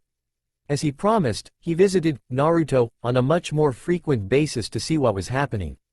Kiro couldn't prove it, but he suspected that Jiraiya had something to do with the staff in the orphanage changing some time ago to retired shinobi who treated him like a decent human being. He also suspected that Jiraiya had something to do with certain business ending unexpectedly for overcharging or kicking Naruto out of their establishment. I wasn't going to complain. Plus, based on what I heard before I became enlightened, as it were, Jiraiya was already looking for an apartment for me live in on my own. Maybe he assumed since I grew faster I matured faster as well. With my new mindset, I can actually support that theory. The sooner I start to live on my own with a stipend from my godfather, and maybe Gigi, the faster I can start training in private. Same was with the Hokage. I still called him Gigi, which I found hilarious, and I was still working my way to being his honorary grandson. I wasn't going to do anything about Asuma leaving to join the 12 Guardians in 2 years since that was needed. I am however planning to do something with Itachi though. Based on my math, he joins Anbu in 3 years, makes captain in 5, effectively allowing Kakashi to quit and become a Jonin, allowing him to fail 4 teams, leader of Anbu in 6 and abandons in 7. For my plan to work, I have to get to him after he makes captain but before Shisui dies and he turns traitor. If all goes to plan, it will be my divine move in this timeline, one for the better. Tsunade turned out to be the biggest changemaker. For one thing, Hinata's mom is still alive. Turns out, Higure died from undiagnosed complications during Hanabi's birth which became fatal. But since Tsunade was around, it didn't happen. Tsunade also used her considerable power and position as a senju to both hold back the worst of the council. Especially the extra one that had to join since the ninja council opened her seat again, and head up the medical nin program again. I am somewhat torn about it. I am happy since it will mean fewer people will die in the future and the students who fail out the academy have an option to join them instead of going to civilian school. On the other hand, I am torn about the possible ripple effects I haven't foreseen, the biggest of which include the people Tsunade would have saved over the years if she was still traveling. Oh well, they were NPCs so who really cares? Fun tidbit though, Shizune, while working as Tsunade apprentice and disciple, seemed to have struck up a friendship with Iruka. It was awkward for the kid at first. He was 2 years her minor, which currently made him 15 and her 17 since he saw me from time to time when I would be brought for my checkups, but Tsunade literally beat into him that I was not the Biju, but rather its jailer. He smiles and gives me candy now. Hopefully, he still becomes Naruto's teacher in the academy. Plus, I enjoy playing matchmaker with him and Shizune. I smell a summer wedding by the sea. Get it? Amino means sea, and Iruka means dolphin? Oh, before I forget, Anko made Tokubetsu Jonin when she turned 15, this year, and is apprenticing with Ibiko in Konoha's torture and interrogation force. Got to remember to get to know her over Dango at some point so I can somehow remove her mark in the future. She deserves a happy ending too. Kakashi is only 2 years older than her. No, bad thoughts. But they would be so fun together, bad thoughts. The world is not yet ready for silver-haired Ankos running around reading, Icha Icha. Speaking of which, I should really give that series a try. Jiraiya still managed to find time to run his spy ring, train his sage mode, and somehow still write his books. Looks like the pain of associating Naruto with Minato and his failures really held him back. Thank Kami that was corrected. A yawn snaps me out of my thoughts. I note the Hyuga watching that quadrant slowly dusted himself and began to walk away. I quickly checked the most likely point of entry and noted a figure hiding in the shadows. Right side covered by bandages and headband, goatee, snarky self-confidence. So it's time. The Council of Naruto, really? Have decided that the main reason everything went downhill is that Hiashi intercepted the thief during his escape and quickly killed him. Despite the sinister nature of the visit, Kumogakure demanded Hiashi's head as compensation as per the agreement in the treaty they had signed, or risk starting another war. Left with not much choice, Konoha has seemingly handed over Hiashi's corpse, but it was, in fact, that of his twin brother Hisashi, upon whose death, the Byakugan was sealed away. Which made thinking up a plan to prevent all of this rather simple. Interesting little tidbit about the architecture in the Hyuga clan district. To give all their members privacy within their homes, they specially reinforced the materials to be able to block the see-through ability of the Byakugan. However, it also made it so that strong chakra signatures couldn't be detected inside the structures. I mean sure, the people would feel something, but it would be difficult. Outside, however, was a different story. Hiashi woke up the second he sensed the massive chakra flare coming from the direction of Hinata's room. Quickly getting dressed while Higure promptly consoled a crying Hanabi. As her crib was for now in their bedroom, Hiashi ran to locate the source of the flare. He arrived at Hinata's quadrant to see the delegate from Kumo being tied up and paralyzed by the guards on the scene while some of the attendants were checking his daughter. Realizing they were performing the standard test for poison and blood extraction, as well as a sack in the corner, Hiashi made a reasonable conclusion before 3 Anbu arrived. Usually, Anbu couldn't enter a clan district uninvited, but there are regulations in effect that allowed emergency entrance if a disturbance was felt or reported. So they investigated. A shorter Anbu quickly got up and approached Hiashi. Hiashi-sama, we detected an unknown and large chakra flare from this area. Can you please explain why your guards are currently tying up the delegate from Kumo? Hiashi stared at his guards who looked up as they finished. Forgive me Anbu, but I just got here before you arrived. Based on what I can see, it seems that my guards have caught this Kumo nin in the middle of kidnapping my eldest child.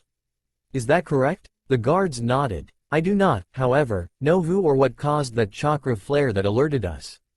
I can only assume that it was someone from the village since they alerted us that the crime was occurring.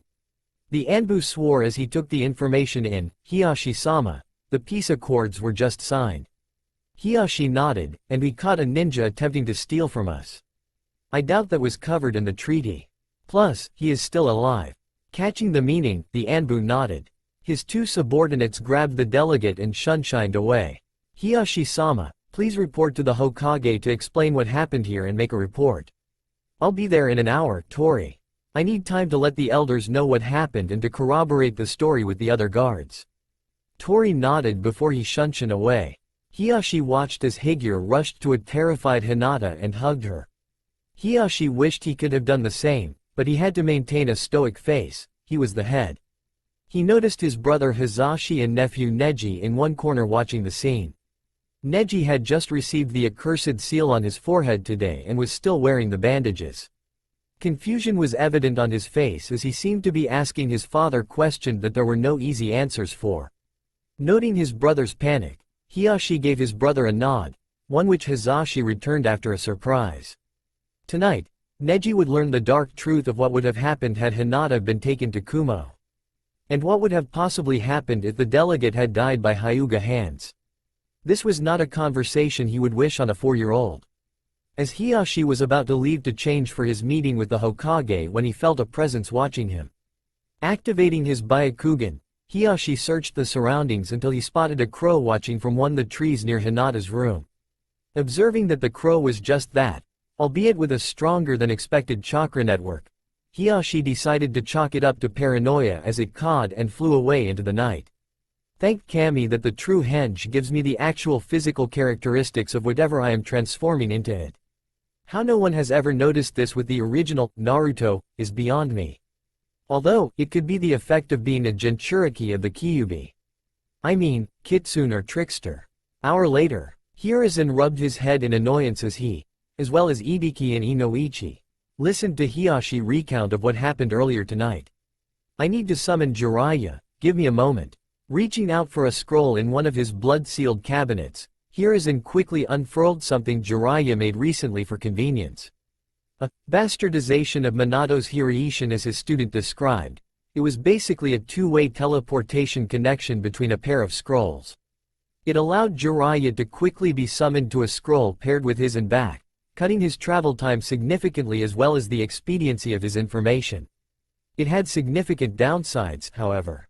One was that it required Jiraiya to find a remote area to use his scroll, as he needed it to remain hidden, so he had a point to return to and so that it wasn't moved by an enemy.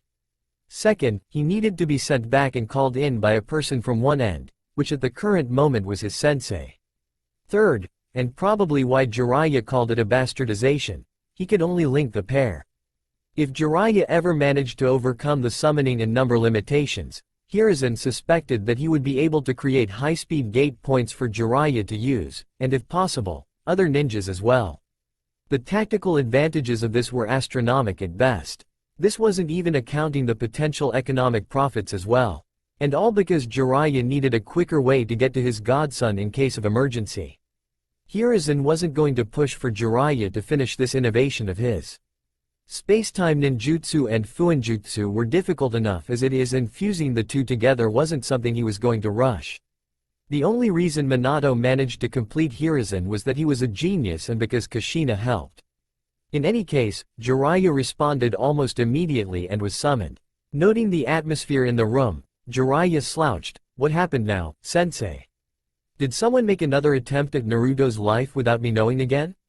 Here is an anime sweat drop. Don't worry Jiraiya, there hasn't been another attempt on your godson's life.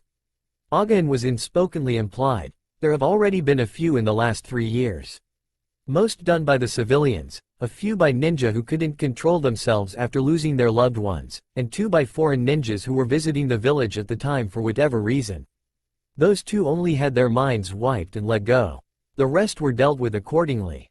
Jiraiya sighed, lay it on me sensei. One explanation later, Jiraiya crossed his arms. I know that Kumo is desperate for more bloodlines since they are rebuilding, but this doesn't sound like a. You can tell as well? Inquired Hiruzen. Yeah, the Raikage may be a bullheaded, militaristic, muscular hothead, but he isn't stupid. No, this screams planted fake mission.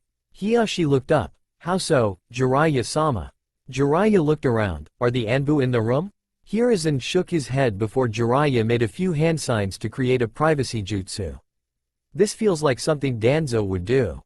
Everyone frowned. Hear me out. Danzo always wanted to get his hands on a Byakugan for his root program, but he never could. This sort of backhanded tactic sounds just like something he would do. Hiyashi, barely containing his rage, asked the question, how so? This is going to sound crazy, mostly because of how far-fetched it is. But here's how I would do it. I would falsify a mission from the Raikage to the delegate with no actual meeting occurring and make it S-class to prevent him from talking.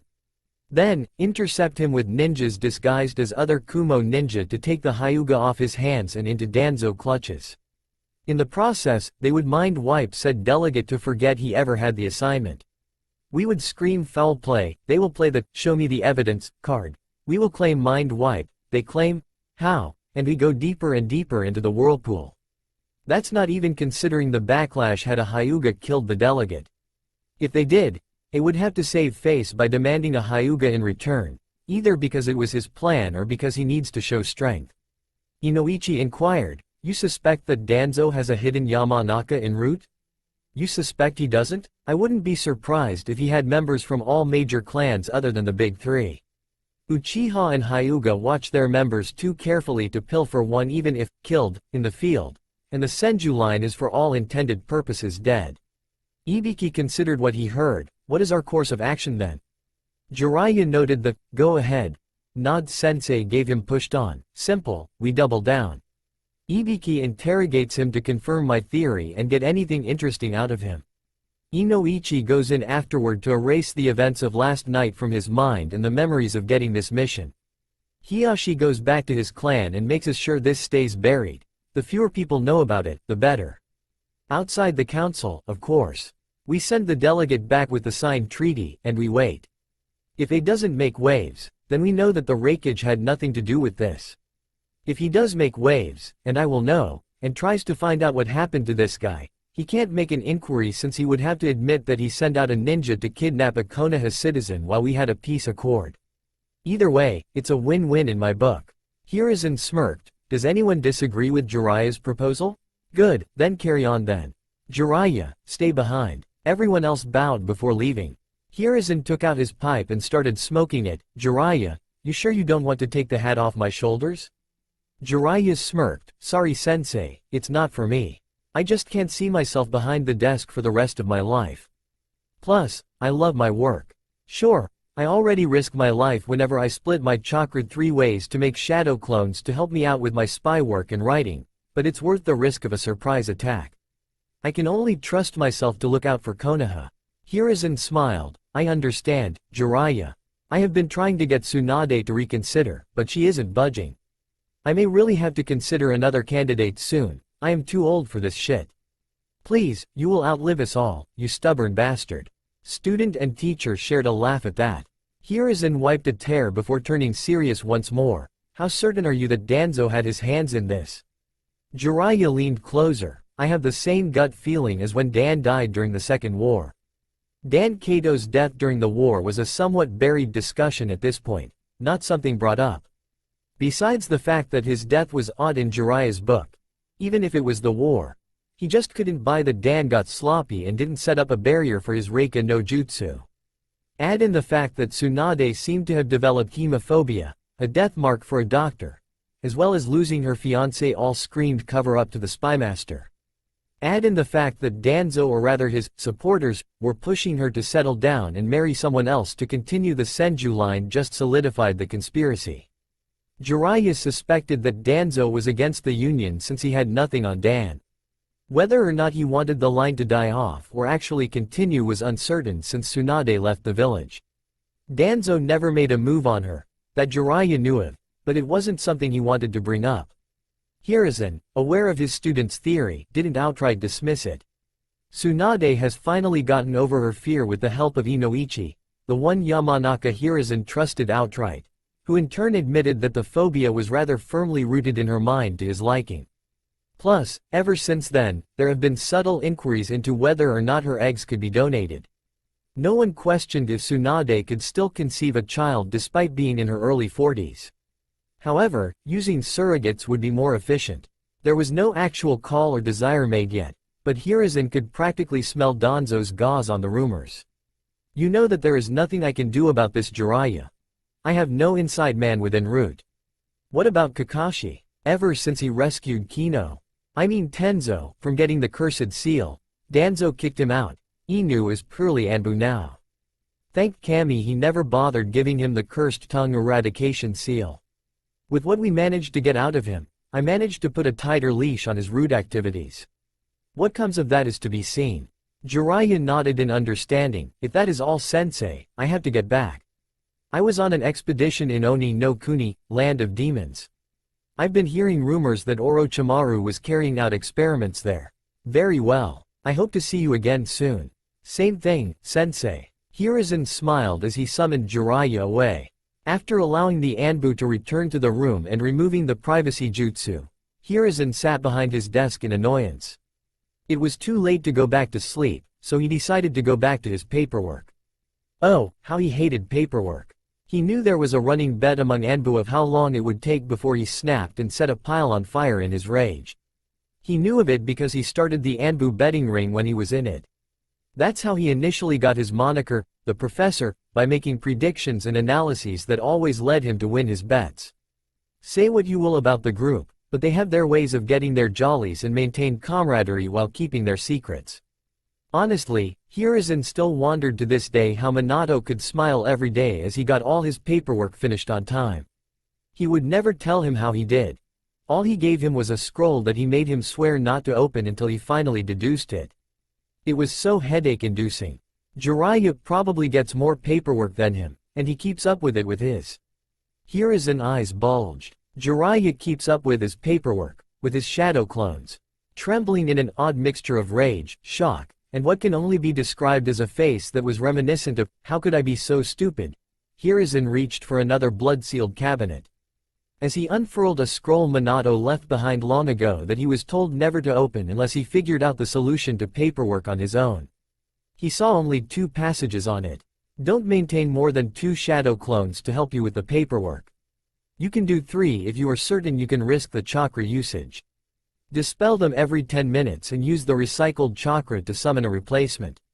Allow yourself hourly breaks every few hours through the day to recover chakra. I preferred using meal times for this or during physical training to keep in shape. Hiruzen's eye twitched as he read this before he moved on to the next passage. Hit forehead on this circle here after realizing how the proud and mighty professor missed such a simple jutsu to help him out with the evil deity known as paperwork. Hiruzen noted the red circle drawn underneath with a cartoon of Kushina smiling and pointing at it. Both his eyes were now twitching as he noted 3 more lines underneath. P.S. It took Kushina less than a minute to come up with a way around paperwork. Uzumaki's always did think outside the box. P.S.S. I made Jiraiya swear never to tell you after I told him and he was forced to use the red circle as well. P.S.S. You know that I had Anbu watch me as I worked, right? Couldn't you have asked them what my secret was? They would have told you if you ordered it. And at that point, Hiruzen lost it and started hitting his head on the red circle muttering, "Stupid," to himself, over and over again. The 3 Anbu in the room were silently taking pictures while exchanging money. One of the most outstanding bets was finally going to be called in. After checking the betting pool, they realized that Inu was about to make a killing. Jiraiya was putting away his summoning scroll as he sensed one of his trigger markers. Seals that only activates if certain conditions have been met or, triggered, burned away. He laughed realizing that Sensei has finally figured out a way around paperwork. Guess the slip-up he made finally reached his ears. Anko woke up in a shock from her bed, looking outside her apartment window, as if sensing someone in great pain and trauma that wasn't caused by her. At the exact moment Hiruzen started smacking his head, all other current cages either woke up or stared in the direction of the land of fire, sensing that one of their kin has finally managed to defeat the demon known as paperwork. A crow who watched everything transpire within the office, even reading lips when the privacy barrier was set up, was rolling on the ground outside the Hokage Tower losing his mind laughing after witnessing the spectacle of Gigi realizing he could use shadow clones to help with paperwork. Kurama and the rest of the Narutos who were watching this through their collected senses were rolling around on the ground hollering and losing their minds. Ao slowly got up, still clenching his stomach, and wiped away a tear. "Oh Kami. I know we were planning to tell Gigi how to do this in the future, but that was so worth it. Screw changing the timeline, this was worth almost losing our lives in the fall." October 10th, years later. I stood inside his new apartment in one of the nicer sections of Konoha with Jiraiya at my side. Some kids get a bike for their 5th birthday. I got an apartment. Not like I really needed it though. The ninjas who ran the orphanage where I was were very nice. The kids bullying me at times was a problem, but that was dealt with by a well-placed prank. I now see why Naruto pranked so often, and that it was more difficult than it looked. The logistics and planning for some of his pranks must have been ridiculous. How the hell was he considered a dunce? Granted, it could have been instinctual, like Fuinjutsu to an Uzumaki, but still, the physics and mathematics alone must have been torture. Granted, that isn't the case anymore. With Oba-chan, Shizuna-an, Uruka-ani, Gigi, and Oji-chan, Jiraiya, I was educated. Had to pretend that I struggled with writing, reading, and math at first, but I accelerated quickly. Uruka mostly did the job of the teacher. most likely solidifying his desire to teach at the academy, while the others just tested me from time to time when I visited them. Iruka chalks it up to me being naturally smart. The others already know I am Minato's son, so they assume my smarts come from there. Makes me sweat drop a little thinking that it implied that Kushina wasn't as gifted in the brains department. The adults were becoming an issue as of late. It's only been issues with selling food and giving me the looks, but I don't doubt some will start overcharging me for other necessities. Never really had any fears about walking through the town. Sure, I got dirty looks, and my advanced hearing allowed me to hear their whispers. But really, as a kid with an adult knowledge, it really didn't faze me. Attacks against me are almost non-existent since the Anbu keep watch over me, and I run away and hide from the rest. The fact I know Hanjin's secret helps. How the Anbu haven't noticed it yet is beyond me. To be fair, I haven't really started abusing the few techniques I am comfortable with, yet. Gigi, Jiraiya, and Tsunade are on top of everything, so it's probably not going to get that bad, but one has to be vigilant. In any case, Jiraiya assured me it would be better if I stayed here. He promised that someone would always come by to check up on me. I honestly thought that Hiruzen would veto the crazy idea of giving a 5-year-old his own apartment and 2 stipends, still amazed I managed to trick them into that. But apparently, I was more mature than most preteens. That should have bothered me, but I didn't care. Wonder if clan heads will start using me as a measuring stick for their kids to imitate? Didn't really have much on me, but Jiraiya brought some basic furniture and goods and storage scrolls to get me started. He wanted me to develop my own tastes and decor rather than influence it. Guess he was more of a, let the kid discover himself, than, hands-on parent. Speaking of which, now is the perfect time to address something that always intrigued father about the Naruto universe, their level of technology. After reading the news and hearing whispers from the traders and townsfolk, and actually living in the village and all, I would say that the technology is somewhere between late 70s and late 80s of father's world. It's somewhat tricky to pin down since the nations don't use fossil fuels at all, so they don't have specific things like say cars or rocket ships. They do have windmills and water turbines, but that is still considered new tech at this point, with solar panels still a glimmer in someone's eye. Hell, despite having steam power, a train is deemed to be innovative. Based on father's knowledge, I am terrified of what will happen if uranium is ever discovered. Granted, knowing the likes of Orochimaru, it would have happened at this point. That or some of the summons of this world would have warned people against it. Radiation would be an antithesis to nature and all that.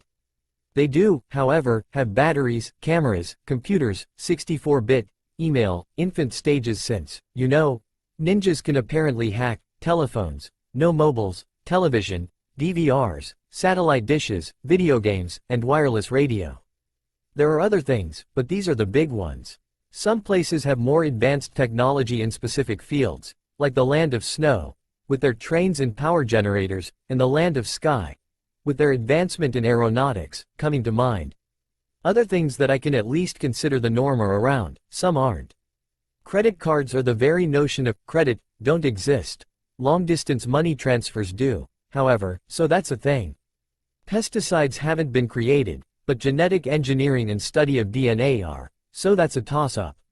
I will admit that their knowledge regarding sciences is more advanced in general to keep up with all the plants and animals that are affected in multitudes of ways by chakra. That's not even considering all the poisons and viruses out there in the world. Printing presses are a regular thing, as are vinyl and cassettes, so big plus for me there. Can't wait till they figure out how to store music on discs. Walkmans are weird. Video games are alright for now. They seem to be following the same pattern that Father's World did. The music itself is an issue, but that is probably because there are so few genres. Although considering that survival is still a major priority for some people and that technology isn't particularly widespread, it is accepted. I mean, even in the manga, farming and fishing seem to be the primary way of living. Entertainment hasn't really caught up socially with the advent of television. Theater and live shows are still considered more popular than say movies, albeit the distance is shrinking. TV shows themselves haven't caught on yet. Most television programming is more informative and news-focused. I am chalking it up to the fact that the people haven't figured out about advertising, so they have no need to make TV dramas or soap operas to market them. That or the fact that not enough housewives actually exist in the nations to market off of them. Wonder if I can get a computer and start making the digital music our father has memories of? That would require a band for other stuff though. Anyway, I am getting off track. In summation, the technology present in the nations is decent is what I am saying. So, any plans little Gaki? Smiled Jiraiya. How the hell he still managed to twist his words and keep sending me to treatment without mentioning Kurama outstand me at times. I've heard of phrases like, double talk, and, stretching the truth, but this is ridiculous. Hopefully, with my newfound freedom, maybe I can convince everyone that I found out about the Kyuubi through reading on my own. Yeah, they can't argue against that. Not much, Jiraiya-san. I use Oji-chan sparingly since I already call the Hokage Gigi. Speaking of which, Hiruzen is an actual grandfather now since Konohamaru was just born, which unfortunately caused Asuma to leave to be a member of the 12 Guardian Ninja. Turns out since Asuma's sister, who was younger, gave birth to Konohamaru, Hiruzen has been trying to talk Asuma into finally settling down. I guess things were said and Asuma left. I knew this was going to happen and since I never actually met the guy the first wasn't too hung up on it, unlike Gigi. Jiraiya sat down on the couch he and his clones, and thanks for that excuse in the future regarding the jutsu, have placed in the center of the room. Well, say it out loud. Speaking your thoughts helps sometimes. I shrugged, nothing fancy I guess. I mean, it's spacious sure, but it is still a one-bedroom apartment with a large studio-like living room. I guess I'll take advantage of it and make as much extra space as possible. Probably have shelves put in everywhere for stuff. Maybe a small garden in the back near the window, just 'cause. Maybe some weights are bagged to hit, TV in the corner. Probably splurge on kitchen stuff though, it's ridiculous how much stuff you need to make ramen. True, grumbled Jiraiya. He and his wallet were acquainted with Naruto's love of ramen, as was Hiruzen. What about the bedroom? Snickered Jiraiya. Probably get a large bed, so I have space to roll around at night. Honestly, I think I'll just walk around town till inspiration strikes. Jiraiya smiled, well alright then. He reached into a back pocket before giving me more Ryo which I put in Gama-chan. I actually like the frog wallet, Sumi, for later. Okay, that's from Hiruzen and me and should cover whatever you may want to buy. Just remember. I am already paying for this place so your allowance won't be a lot, so save up for the nicer stuff in the future, okay? I smiled, sure thing. Jiraiya-san. Now I have some stuff to take care of, but I'll be back in a few days. So see you later Gaki. I waved and smiled Jiraiya off as he left through the door. I made a quick glance at the surrounding buildings, not finding any Anbu that I could see. I quickly closed the door and the window blinds. I have been waiting years to try this out. While Tsunade didn't want me working with ninjutsu due to my condition, which thankfully she managed to regulate, Jiraiya got around that by convincing Iruka to teach me chakra control exercises. Tsunade gave him a decent smack for that, but I don't think she really put any effort into it. Something about the way she and Jiraiya have been getting along seemed off. Oh well, it will come to me. In any case, that combined with Kurama's cooperation means that unlike the original, Naruto, I currently have decent chakra control. I haven't started learning to walk on walls yet, but I had the leaf concentration in the bag. I managed to get up to 4 leaves on each arm. I can't walk with them, but I can spin them independently of each other, so that says something. So, making a cross with both my hands and dividing my chakra into 5 large pieces, I shout out, Kage Bunshin no Jutsu. As expected, 4 sources of smoke appeared. From them came out aka, Ao, Midori, and Kashoku. There was one thing wrong though. I thought you guys were supposed to look like me. Everyone looked at each other realizing that they, in fact, looked like they did in the mindscape, same clothes as each other, but different hair and eyes. We all looked at each other before the 4 made the hand sign for henge and changed to look like me. I opened up my wallet and took out the extra cash I have been storing for this day in advance. Okay, everyone takes some and goes buy stuff for themselves. Afterward, we will dispel and confirm one of our biggest worries and discuss if I can still use the normal shadow clone jutsu or not. Got it? Break. The other 4 snuck out the back window while I exited through the front door, allowing whatever Anbu that should be watching me stay only with me. Today should be interesting. AKA. Man, walking around the village felt weird. After spending almost 5 years inside Naruto's head with Kiro driving, It felt odd just walking around the place. And if that wasn't enough, all the looks people keep giving me were annoying. How Kiro deal with it is beyond me. If anything, the whispers just keep pissing me off more and more. To be fair, Midora finally managed to convince Kiro to start pranking like the original Naruto. Instead of attention though, we did it for stress relief. And practice, let's not forget that. It was remarkable how easy it was to break into the civilian stores and set up some stuff during the middle of the night on a time release and the like. But venting, definitely venting. I hanged into random older kid before I enter each store on my walk. So far, nothing interesting struck me. I did, however, get some practice targets, a punching bag, an anatomically correct dummy with tenketsu points and the chakra pathway system, one with pressure points, and a Muk Yanjong dummy since I thought Kashoku could use it. He was the martial artist among us. I did pass a weapons store but figured Midori probably bought something from there already. Books? Not my thing. I leave those to Ao and Kiro. I did grab books on wire strings and grappling since they looked interesting. Honestly, having a fire affinity was so annoying. There wasn't really anything I can practice to prepare myself since all fire jutsu father knew were big and flashy. I mean seriously, whatever happened to tact? Earth jutsus are amazing for trickery and survival, water jutsu are versatile, lightning and wind are okay, but fire. It's all about the how much widespread chaos you can cause. No subtlety whatsoever. Why can't it have something useful like a jutsu that gives you fire claws, or something that increases the heat in the surrounding area to distract your opponent? I was so mad that I almost missed the shinobi store. I didn't really notice the name as the scrolls on the windowsill caught my attention, jutsu scrolls. I practically gleed as I walked into the store. Then I saw the prices. No wonder clans were powerful. If C-ranked jutsu were this much, and clans had hordes of their own jutsu, how were civilians supposed to compete? Suddenly, the academy only testing 3D ranked jutsu suddenly made a lot more sense. Wonder if I could steal the old scrolls clans threw away in the trash? I mean, they got to rewrite old scrolls onto new ones from time to time. On that train of thought, whatever happens to the stuff people lose in the forest of death during the Chunin exams? Food for thought. It also explained why so many people hated the Uchiha.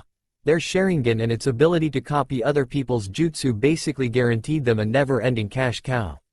And a library of techniques. That really grinds my gears. I was so stuck in my train of thought that I missed the shopkeeper walked up to me. See anything you like? TCH, not really. If the prices weren't an issue, the fire jutsu selection is. Oh, and what do you have against fire jutsu? I raised my hands in annoyance, it's all just so dramatic. I mean look at this. The fire release. Flame family basically breathes out something big and bulky to obliterate your enemy. Fire release. Great branch trifecta involves raining balls of fire and the like. And don't get me started on the Uchiha clan secret techniques. I mean, you have useful jutsu like fire release, dragon fire technique, Kaden, Ryuka no jutsu, since it requires wires to work, meaning you can aim for surgical precision. Then there is this fire release, running fire, Kaden, Hibashiri, which allows you to create a stream of fire you can manipulate. Hell, get good enough, you can literally circle your enemy into a trap. The shopkeeper watched me in fascination. You're hanged into a civilian, right? I looked up annoyed. No, what gave me away? He smirked. No need for the sarcasm. You're not the first academy student who tried improving their graduation chances by learning a higher rank jutsu. You are however the first to show at least some knowledge about what you are looking for. He went behind the counter and gave me a scroll. Here, this will help. It's the first of a series. The later ones become restricted, but I think you'll make the rank in the future. I took the scroll worryingly and noted the name, Hand Seals, Guide to Jutsu. I looked up at the shopkeeper for clarification, my rage subsiding. Everyone knows the 12 hand seals. Bird, Tori, Boar, Eye, Dog, Inu, Dragon, Tatsu, Ox, Ushi, Tiger, Tora, Snake, Mi, Rat, Nei, Horse, Uma, Monkey, Saru, Hare, Yu, and Ram, Hitsuji. What no one really thinks about is what they represent.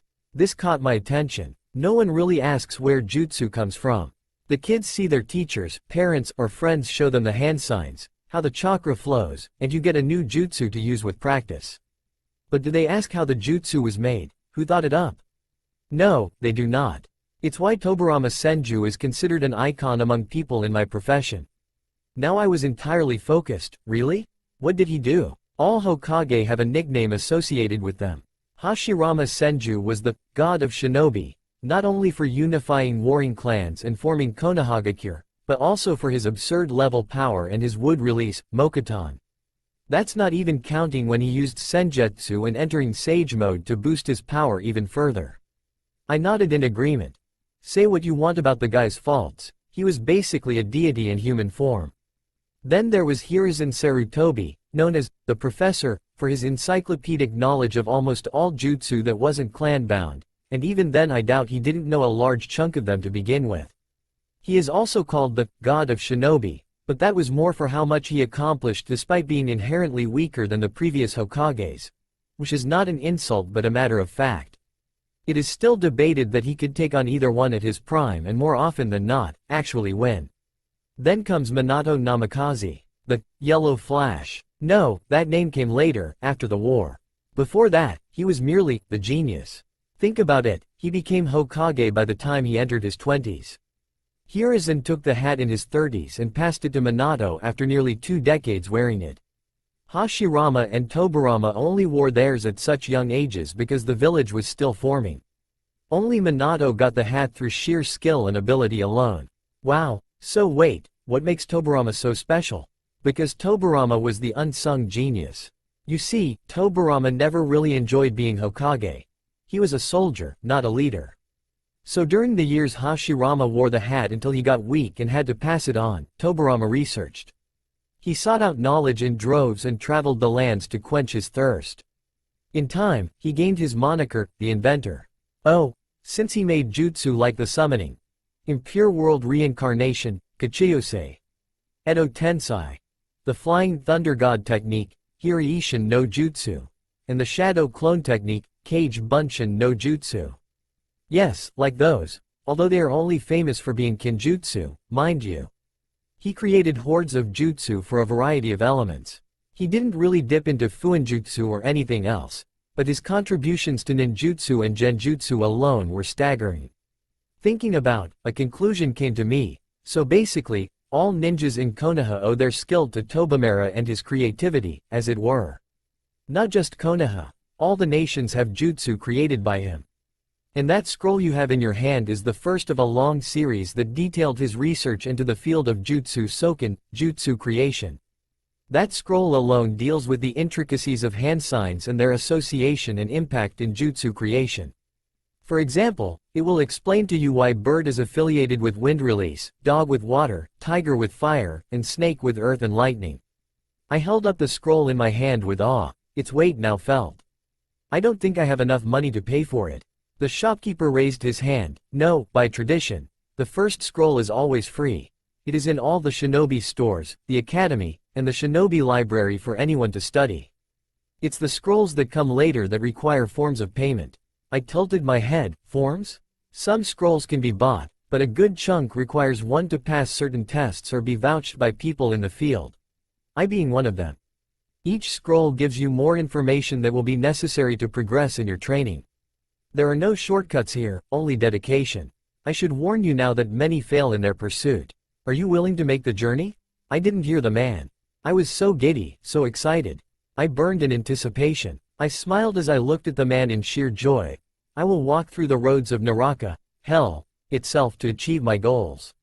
So I swear, I will raise jutsu to a higher standard, a true shinobi standard, one of tact and wisdom, not showmanship and crass. And in that alone, you passed the first hurdle. I will wait for your return in the future. When you come back, just ask for the next scroll of the series. I bowed, and I shall. I left the store, sensing that I wouldn't need to buy anything else today. I probably walked around for hours in exploration until I walked up to the dango shop. I was hungry, so I decided to indulge the sweet tooth. I expected the worst, but lo and behold, a Ritire shinobi ran the place, and he had enough brain cells to know the difference between a kunai and a scroll.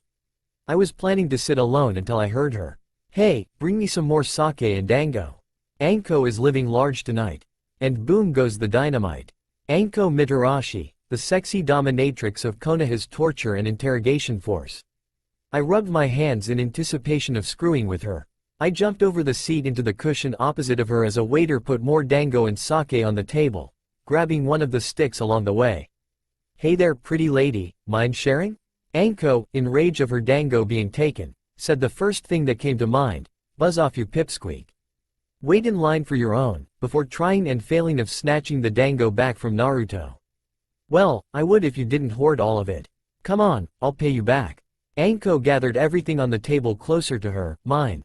She growled. I couldn't help but smirk. Oh come now. Is little Anko afraid of little old Naruto Uzumaki? That caught her attention. "So you are the kid that's been playing pranks around town. Thought you'd be taller. And I thought you would remember that I am 5 and have the balls to call the Hokage, Gigi, to his face." Anko raised an eyebrow, touché. "But I don't care. My dango." Sighing and releasing that this was getting nowhere, I decided to play with fire. The guys agreed that we need Anko as a friend to get rid of her seal at some point. Plus, hooking her up with Kakashi was still heavily debated even after all these years.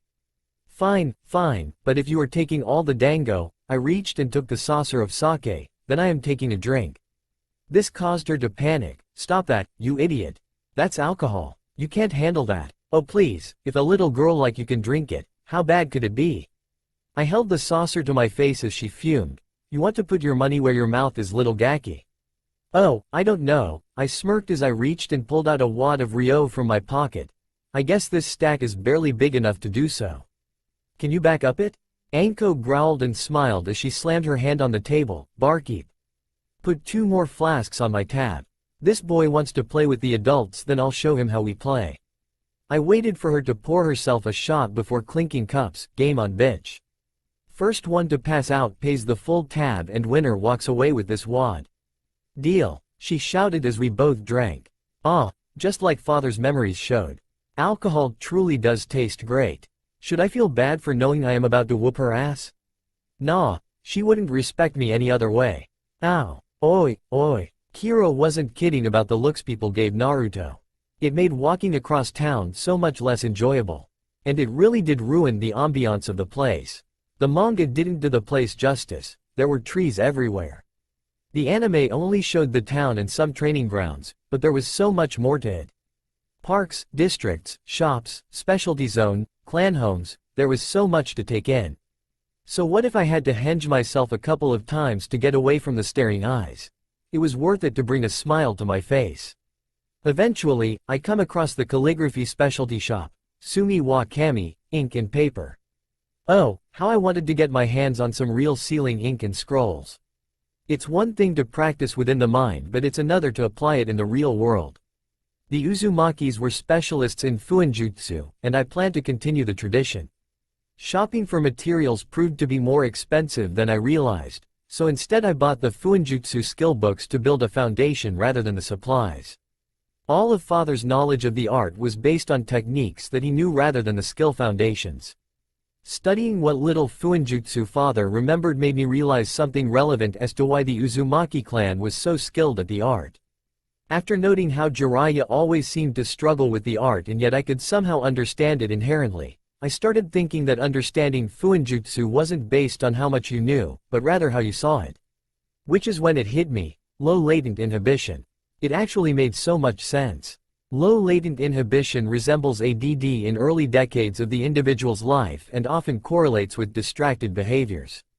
This distractedness can manifest itself as general inattentiveness, a tendency to switch subjects without warning in conversation, and other absent-minded habits, which is the original Naruto to a fault. Well, him as a kid anyway, he grew out of it eventually. The upside of the condition, other than the fact it's inherent, is that it makes the individual see the world as pieces, rather than mere objects. And what is a fuinjutsu seal other than a collection of random kanji coming together for a unique effect? All the other fuinjutsu practitioners are taught to see the seal as a whole rather than its parts. The Uzumakis, however, consider the gears within the machine. When they build a seal, they think and make it piece by piece. Other practitioners just focus on the outcome. That is not to say that someone like me is suddenly a genius in Fuinjutsu. All it means is that I have a leg up in the field that others don't. Other than the knowledge father left me. If I want to become a master, I got to start small before jumping to the big stuff. Which means I got to bring my hands up to snuff, but how? Practicing kanji is one thing, but I also need dexterity for these fingers. I already paint, but that too was mental. No, I need something else. I was just passing back a music store when I noticed the instruments hanging on display. I smiled as I noted one instrument in particular. Guess they have guitars here too. Midori. So many targets, so little time. The guy who kicked Kiro out of the grocery store a week ago, prank with glue and feathers. The librarian who wouldn't let Kiro into the library a month ago, temporary deafness. People whispering around Kiro words like, demon, monster, and Kyubi, all consider not reporting them to Gigi. Maybe I should just make a schedule of people to prank on a rotating cycle? Would be so much easier. Wait, no, not what I planned to do. Looking for fun stuff. Buy clothes? No, Kiro wears orange. Naruto likes orange, ergo I like orange. Buy books? Ao likes books, Kiro likes books, Kashoku sometimes likes books, someone will buy something. Explore? Nah, do it later. Busy jumping from building to building. Go see other stores? I could use henge, but it would be boring, nothing exciting in civilian stores. Ooh, pranking supplies. Kiro always goes for subtle, I need a big showy prank. I freeze in mid-air and almost fail the landing. I run down to gawk at the shop in front of me. Foji wa ken. Forge and sword, neat. I run in, making sure me slamming the door doesn't make a sound, before gawking at the weapons on display. Fuma shuriken and variants in one corner, kunai of all forms and shape in the other, chakra blades behind glass counters, swords and tantos on the walls for sale as well as armor, explosive tags, storage scrolls, and wire strings. There are even specialty items like senbon, kusarigama, some shikomizu for the elderly, and also a fan or two with a kusarigama nearby. So much awesome stuff, must not drool. Why did we let Kiro hold on to Gama-chan? No way I have enough money to buy anything here. Oh well, time to draw and make ideas. I took out my pen and notebook as I started scribbling stuff down. So many ideas, so little time. I wonder if they have a grading system to their swords like Meido. Can I help you with something?